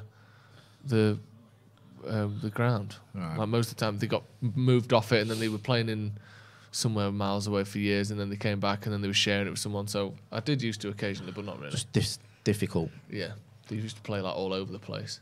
No, it's always good to go to a bit of grassroots football, as Stephen Alson would say. Eh? What about you, Ange? When you was in Berlin, did you go and watch? Lockdown, innit? Oh yeah, you can watch anyone. Yeah, you can watch anyone, could you? No, not physically, anyway. Literally, the only game I went to was at the Euros, France Germany at the Allianz. Not too bad. So it wasn't too bad. So I can't complain. Do you know what I mean? But no, it's a careful, shame. Scott. Yeah, well done, Scott. Fuck off. There's no foul there. The Leeds fans. Do you have a grassroots team that you care about or follow or anything? Not really. I mean, I know it's not the same. I used to take my lad to Caddy's because he was like when as a kid. Yeah. Well, as a kid, he's still a kid now, obviously. But like, I used to go to Salford before they had a stadium and all that stuff. Yeah. But I've never had a sort of a team that I'm like, oh yeah, I want them to do well. Or whatever. Yeah, like when we were living in Earlham was on the BBC once in the FA Cup. You know, they show like the first round. Yeah, they pick a game and one of the games was Earlham. So I wanted them to do well, but not really. Overly fussed. Not bothered. Yeah. Go on. Oh, he did well there. Just play it behind the defender, though. Yeah, you're right. You don't have to play the ball through the line. Play it to his feet behind him. You don't have to be this perfect ball in front of him on a plate. Just keep the ball. Go on, Jaden. Yeah, see, there you go. Keep the ball. Nothing wrong with that. Bruno will have a shot, yeah. What, right. Someone just explain to me. He thought that was a good idea. He couldn't explain it to you if you what Aaron Wan-Bissaka was doing then. To me, it looked like he did a Cruyff turn on the edge of their box with 4 men around him and tried to shoot through them all. Fucking hell, I thought we were going to give it away. They did well. Yeah, that is exactly what happened, Jay. I don't think I've ever seen a player who's so inconsistent within a game as Aaron Wan-Bissaka. Like, I was singing his praises a minute ago when he flew into 2 challenges and got them both. And then he does that. Yeah, and it's like he doesn't know what he's doing or where he is at times. Oh, Bruno. Oh, Elanga. Yes! Yes! Yes! Yes! Yes! Go on.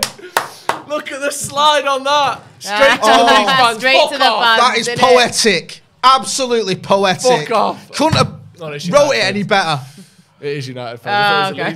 Through the The way shit. he did that though, Yeah, as he ran past him. Fantastic. Go on, throw some coins now, you muppets. 4-2, game Oh over. my God. Bruno does superbly here. This is absolutely amazing. This is incredible. From Bruno. This flick here. Right, look at that. See you Over later. the top. Nicks it off the defender. And passes Lovely it to ball. Elanga. Elanga. Good finish. Oh, do you know what? That's brilliant from That Bruno. is mint on every level. Yeah. And the one player I wanted to get a goal legs. was Lingard. Yeah. After he missed that one, he's been coined. He's been coined. Hey, he's been coined. The lad's been coined. The lad's been coined. Shh. Yes. That's going to be my new wallpaper on my phone now. Look, that new wallpaper in my bedroom. Yeah, exactly, yeah. I'm going to re-wallpaper my house with it. Absolutely brilliant. Right, let's get our heads together now because we conceded twice in 24 seconds earlier. So we need to calm We down. haven't won yet. Oh, thank God for that. What a game. We deserved it, I think. Yeah. We've been the better team. Leron Fernando says Jay needs to do the news from Ellen Road tomorrow. Don't send me, bro. Don't send me. About 14 different 10p sticking out his head from people lobbing it at him from like behind a camera. human piggy bank. Yeah, I think head like the back of a could be in trouble there. stegosaurus. Scott McTominay, is he off? No. Oh. God, he's riding his luck, isn't he? We need him as well for the next one, so he better fucking not get sent off. Fred can get a booking though if he wants it. Well done, David. David.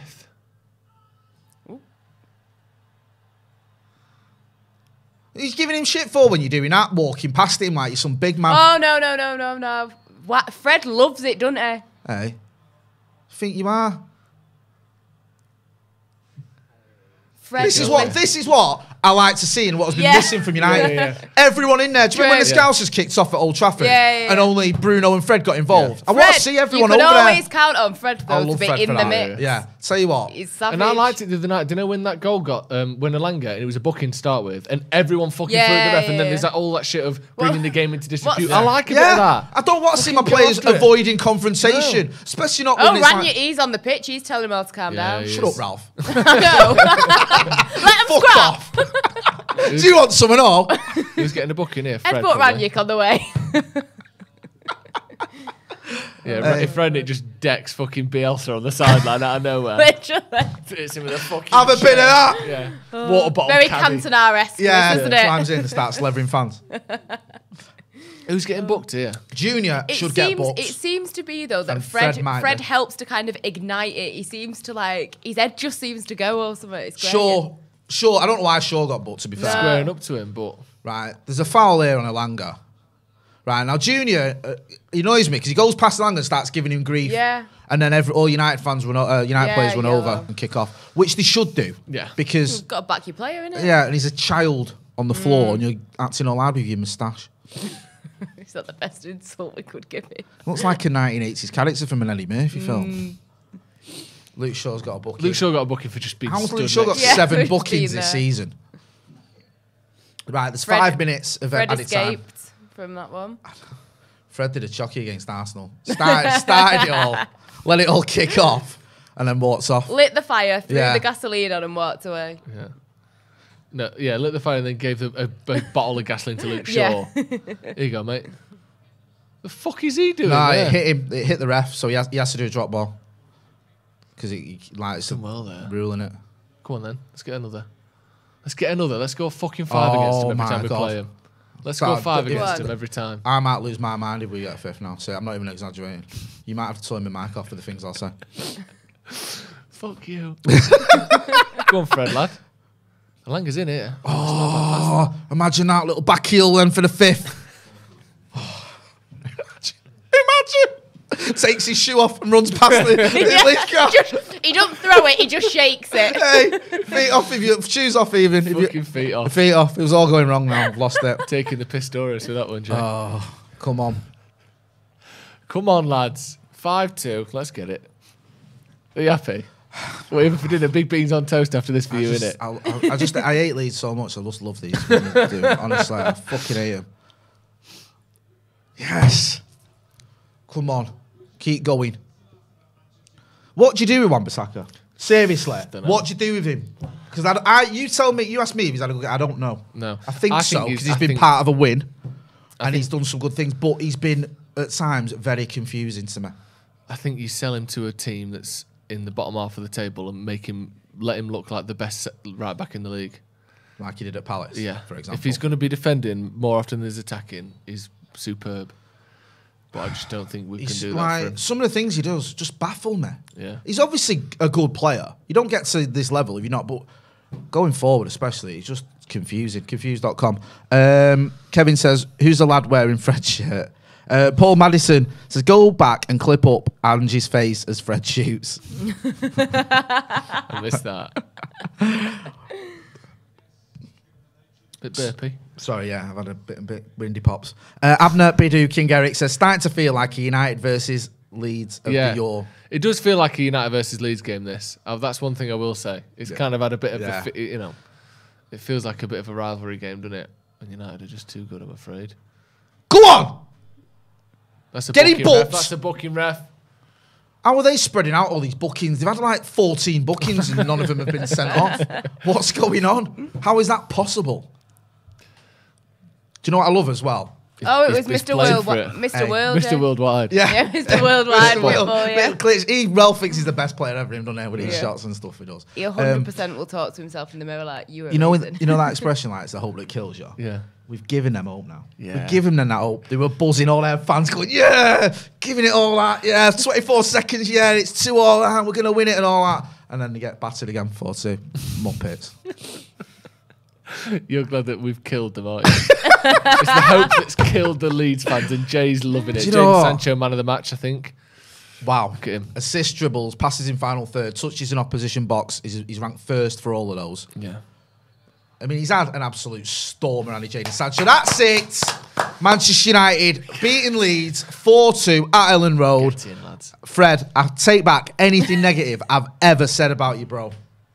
Comes on and smashes it, including we've just weakened our midfield, is what I said. Yeah. When he Massively weakened, massively weakened our midfield. I was wrong. Good substitution there, by Yeah, and Alanga as well, who got hit by a coin during the celebrations for Fred's goal, and then went on to get our fourth. So a convincing win for United. Atlow needed as well, man. We need it for the top 4 race. But big shout out to all United fans who are down there as well. I'm sure you're going to be kept in the ground now for the next 27 hours before they'll let you out. I know that it's all been kicking off in Leeds from what I've heard. So, yeah, great performance, great day, great result. We're going to have all reaction. We're going to have a reaction from us lot, from Stephen Alsham, we're going to hear from Adam McCullough as well. So make sure you are checking it out. There should be a sort of pinned comment. Thanks. It's not your first rodeo, this, is it? So although it is yours, apparently. I've lost my mind. I'm not going to lie. You need to do the post-match thing, because I'll be there with you. Don't worry. I'm all over the gaff. Yes, United win. Happy days at Ellen Road, the way it should be. This has been the Leeds United Watch Along. That's been Angelina Kelly. That's been Joe Smith. I've been Jay Marty. Thanks for watching.